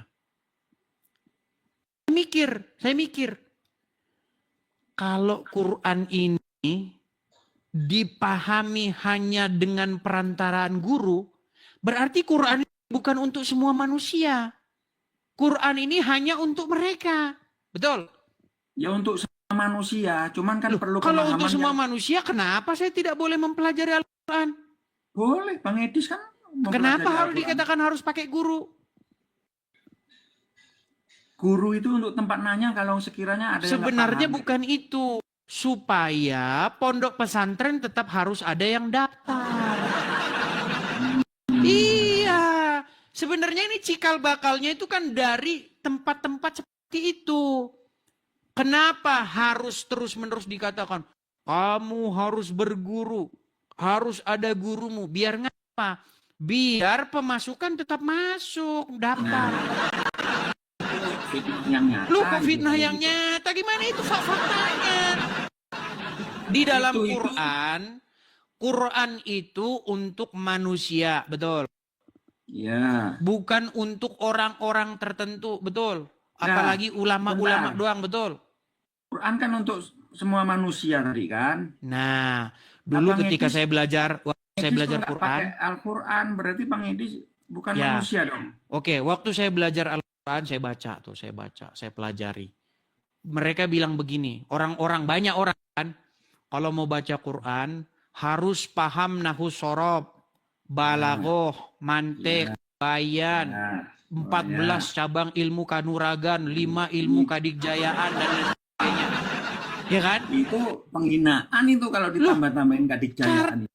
Karena dikatakan, kamu harus paham 14 cabang ilmu. Saya ingat film Wiro Sableng.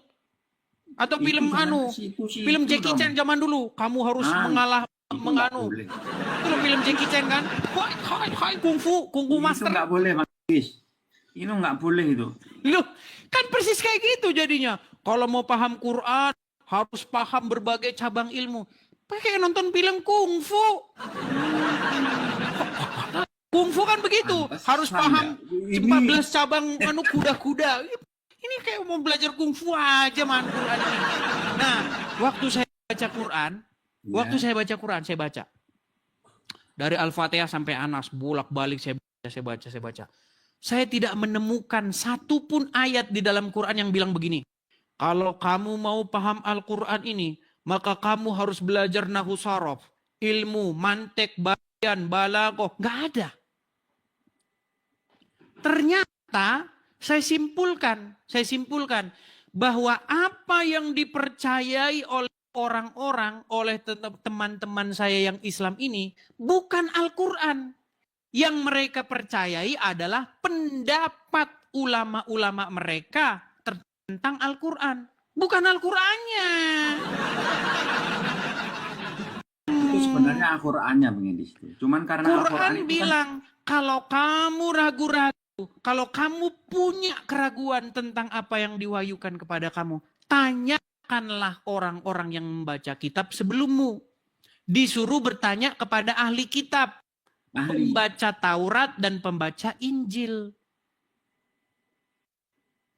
Tetapi yang umat muslim lakukan ketika mereka punya keraguan terhadap Al-Quran, mereka tanyanya pembaca kitab yang tamasya ke surga.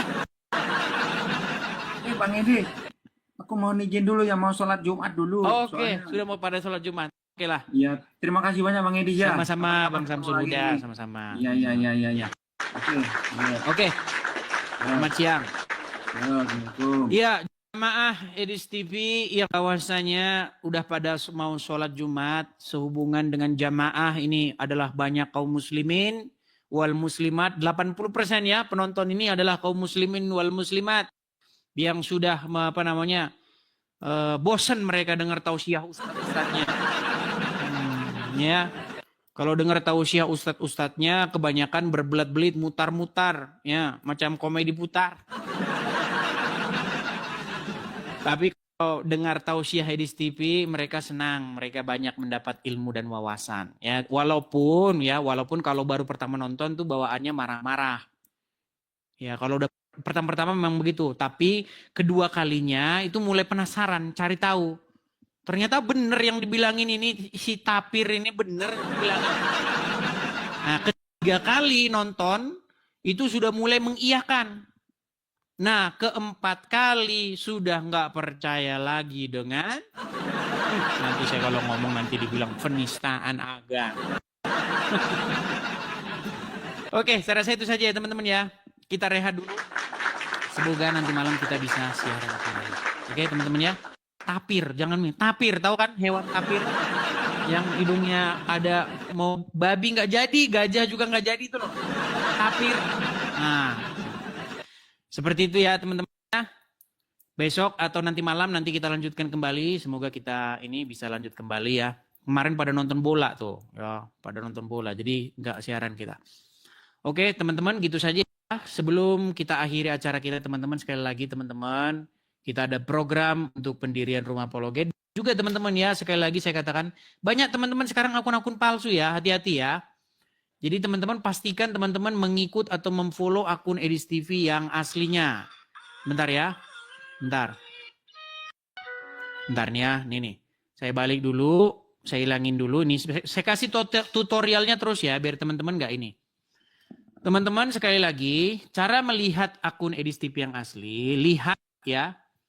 Lihat kolom pencarian, lihat di kolom pencarian, ketik kolom pencarian. Kemudian ketik Edis TV. Ketik pengguna atau users. Nah, ini saya matikan saja biar suaranya tidak menggema. Ini saya nih ya. Ini akun-akun bodong semua loh teman-teman ya. Ini akun-akun palsu semua. Ya, palsu semua ini. Jadi teman-teman pastikan follow yang asli. Ya. Nih, ini akun saya yang asli. Nah, ini teman-teman. Saya hanya memfollow satu akun dan ini juga akun saya. Jadi saya hanya punya 2 akun ya teman-teman ya. Akun yang ini dan yang saya follow ini. Nah, ini. Jadi kalau teman-teman lihat ada akun-akun yang mengatasnamakan Edis TV tapi bukan ini, maka saya pastikan itu palsu. Ya, sekarang saya sudah ganti nickname-nya atau nama pendeknya ini jadi Edis TV asli begitu. Nah, yang satunya di sini, yang saya follow di sini juga akun asli saya. Juga Edis TV tapi ada underscore di bawah ini ya. Edis TV asli gitu. Nah, bagi teman-teman yang mau berkolekte tadi untuk pendirian Rumah Apologet ada di sini. Klik link YouTube ini teman-teman. Teman-teman klik link YouTube ini, teman-teman nanti akan pindah ke website YouTube. Teman-teman nanti di sini. Nah ini beranda saya.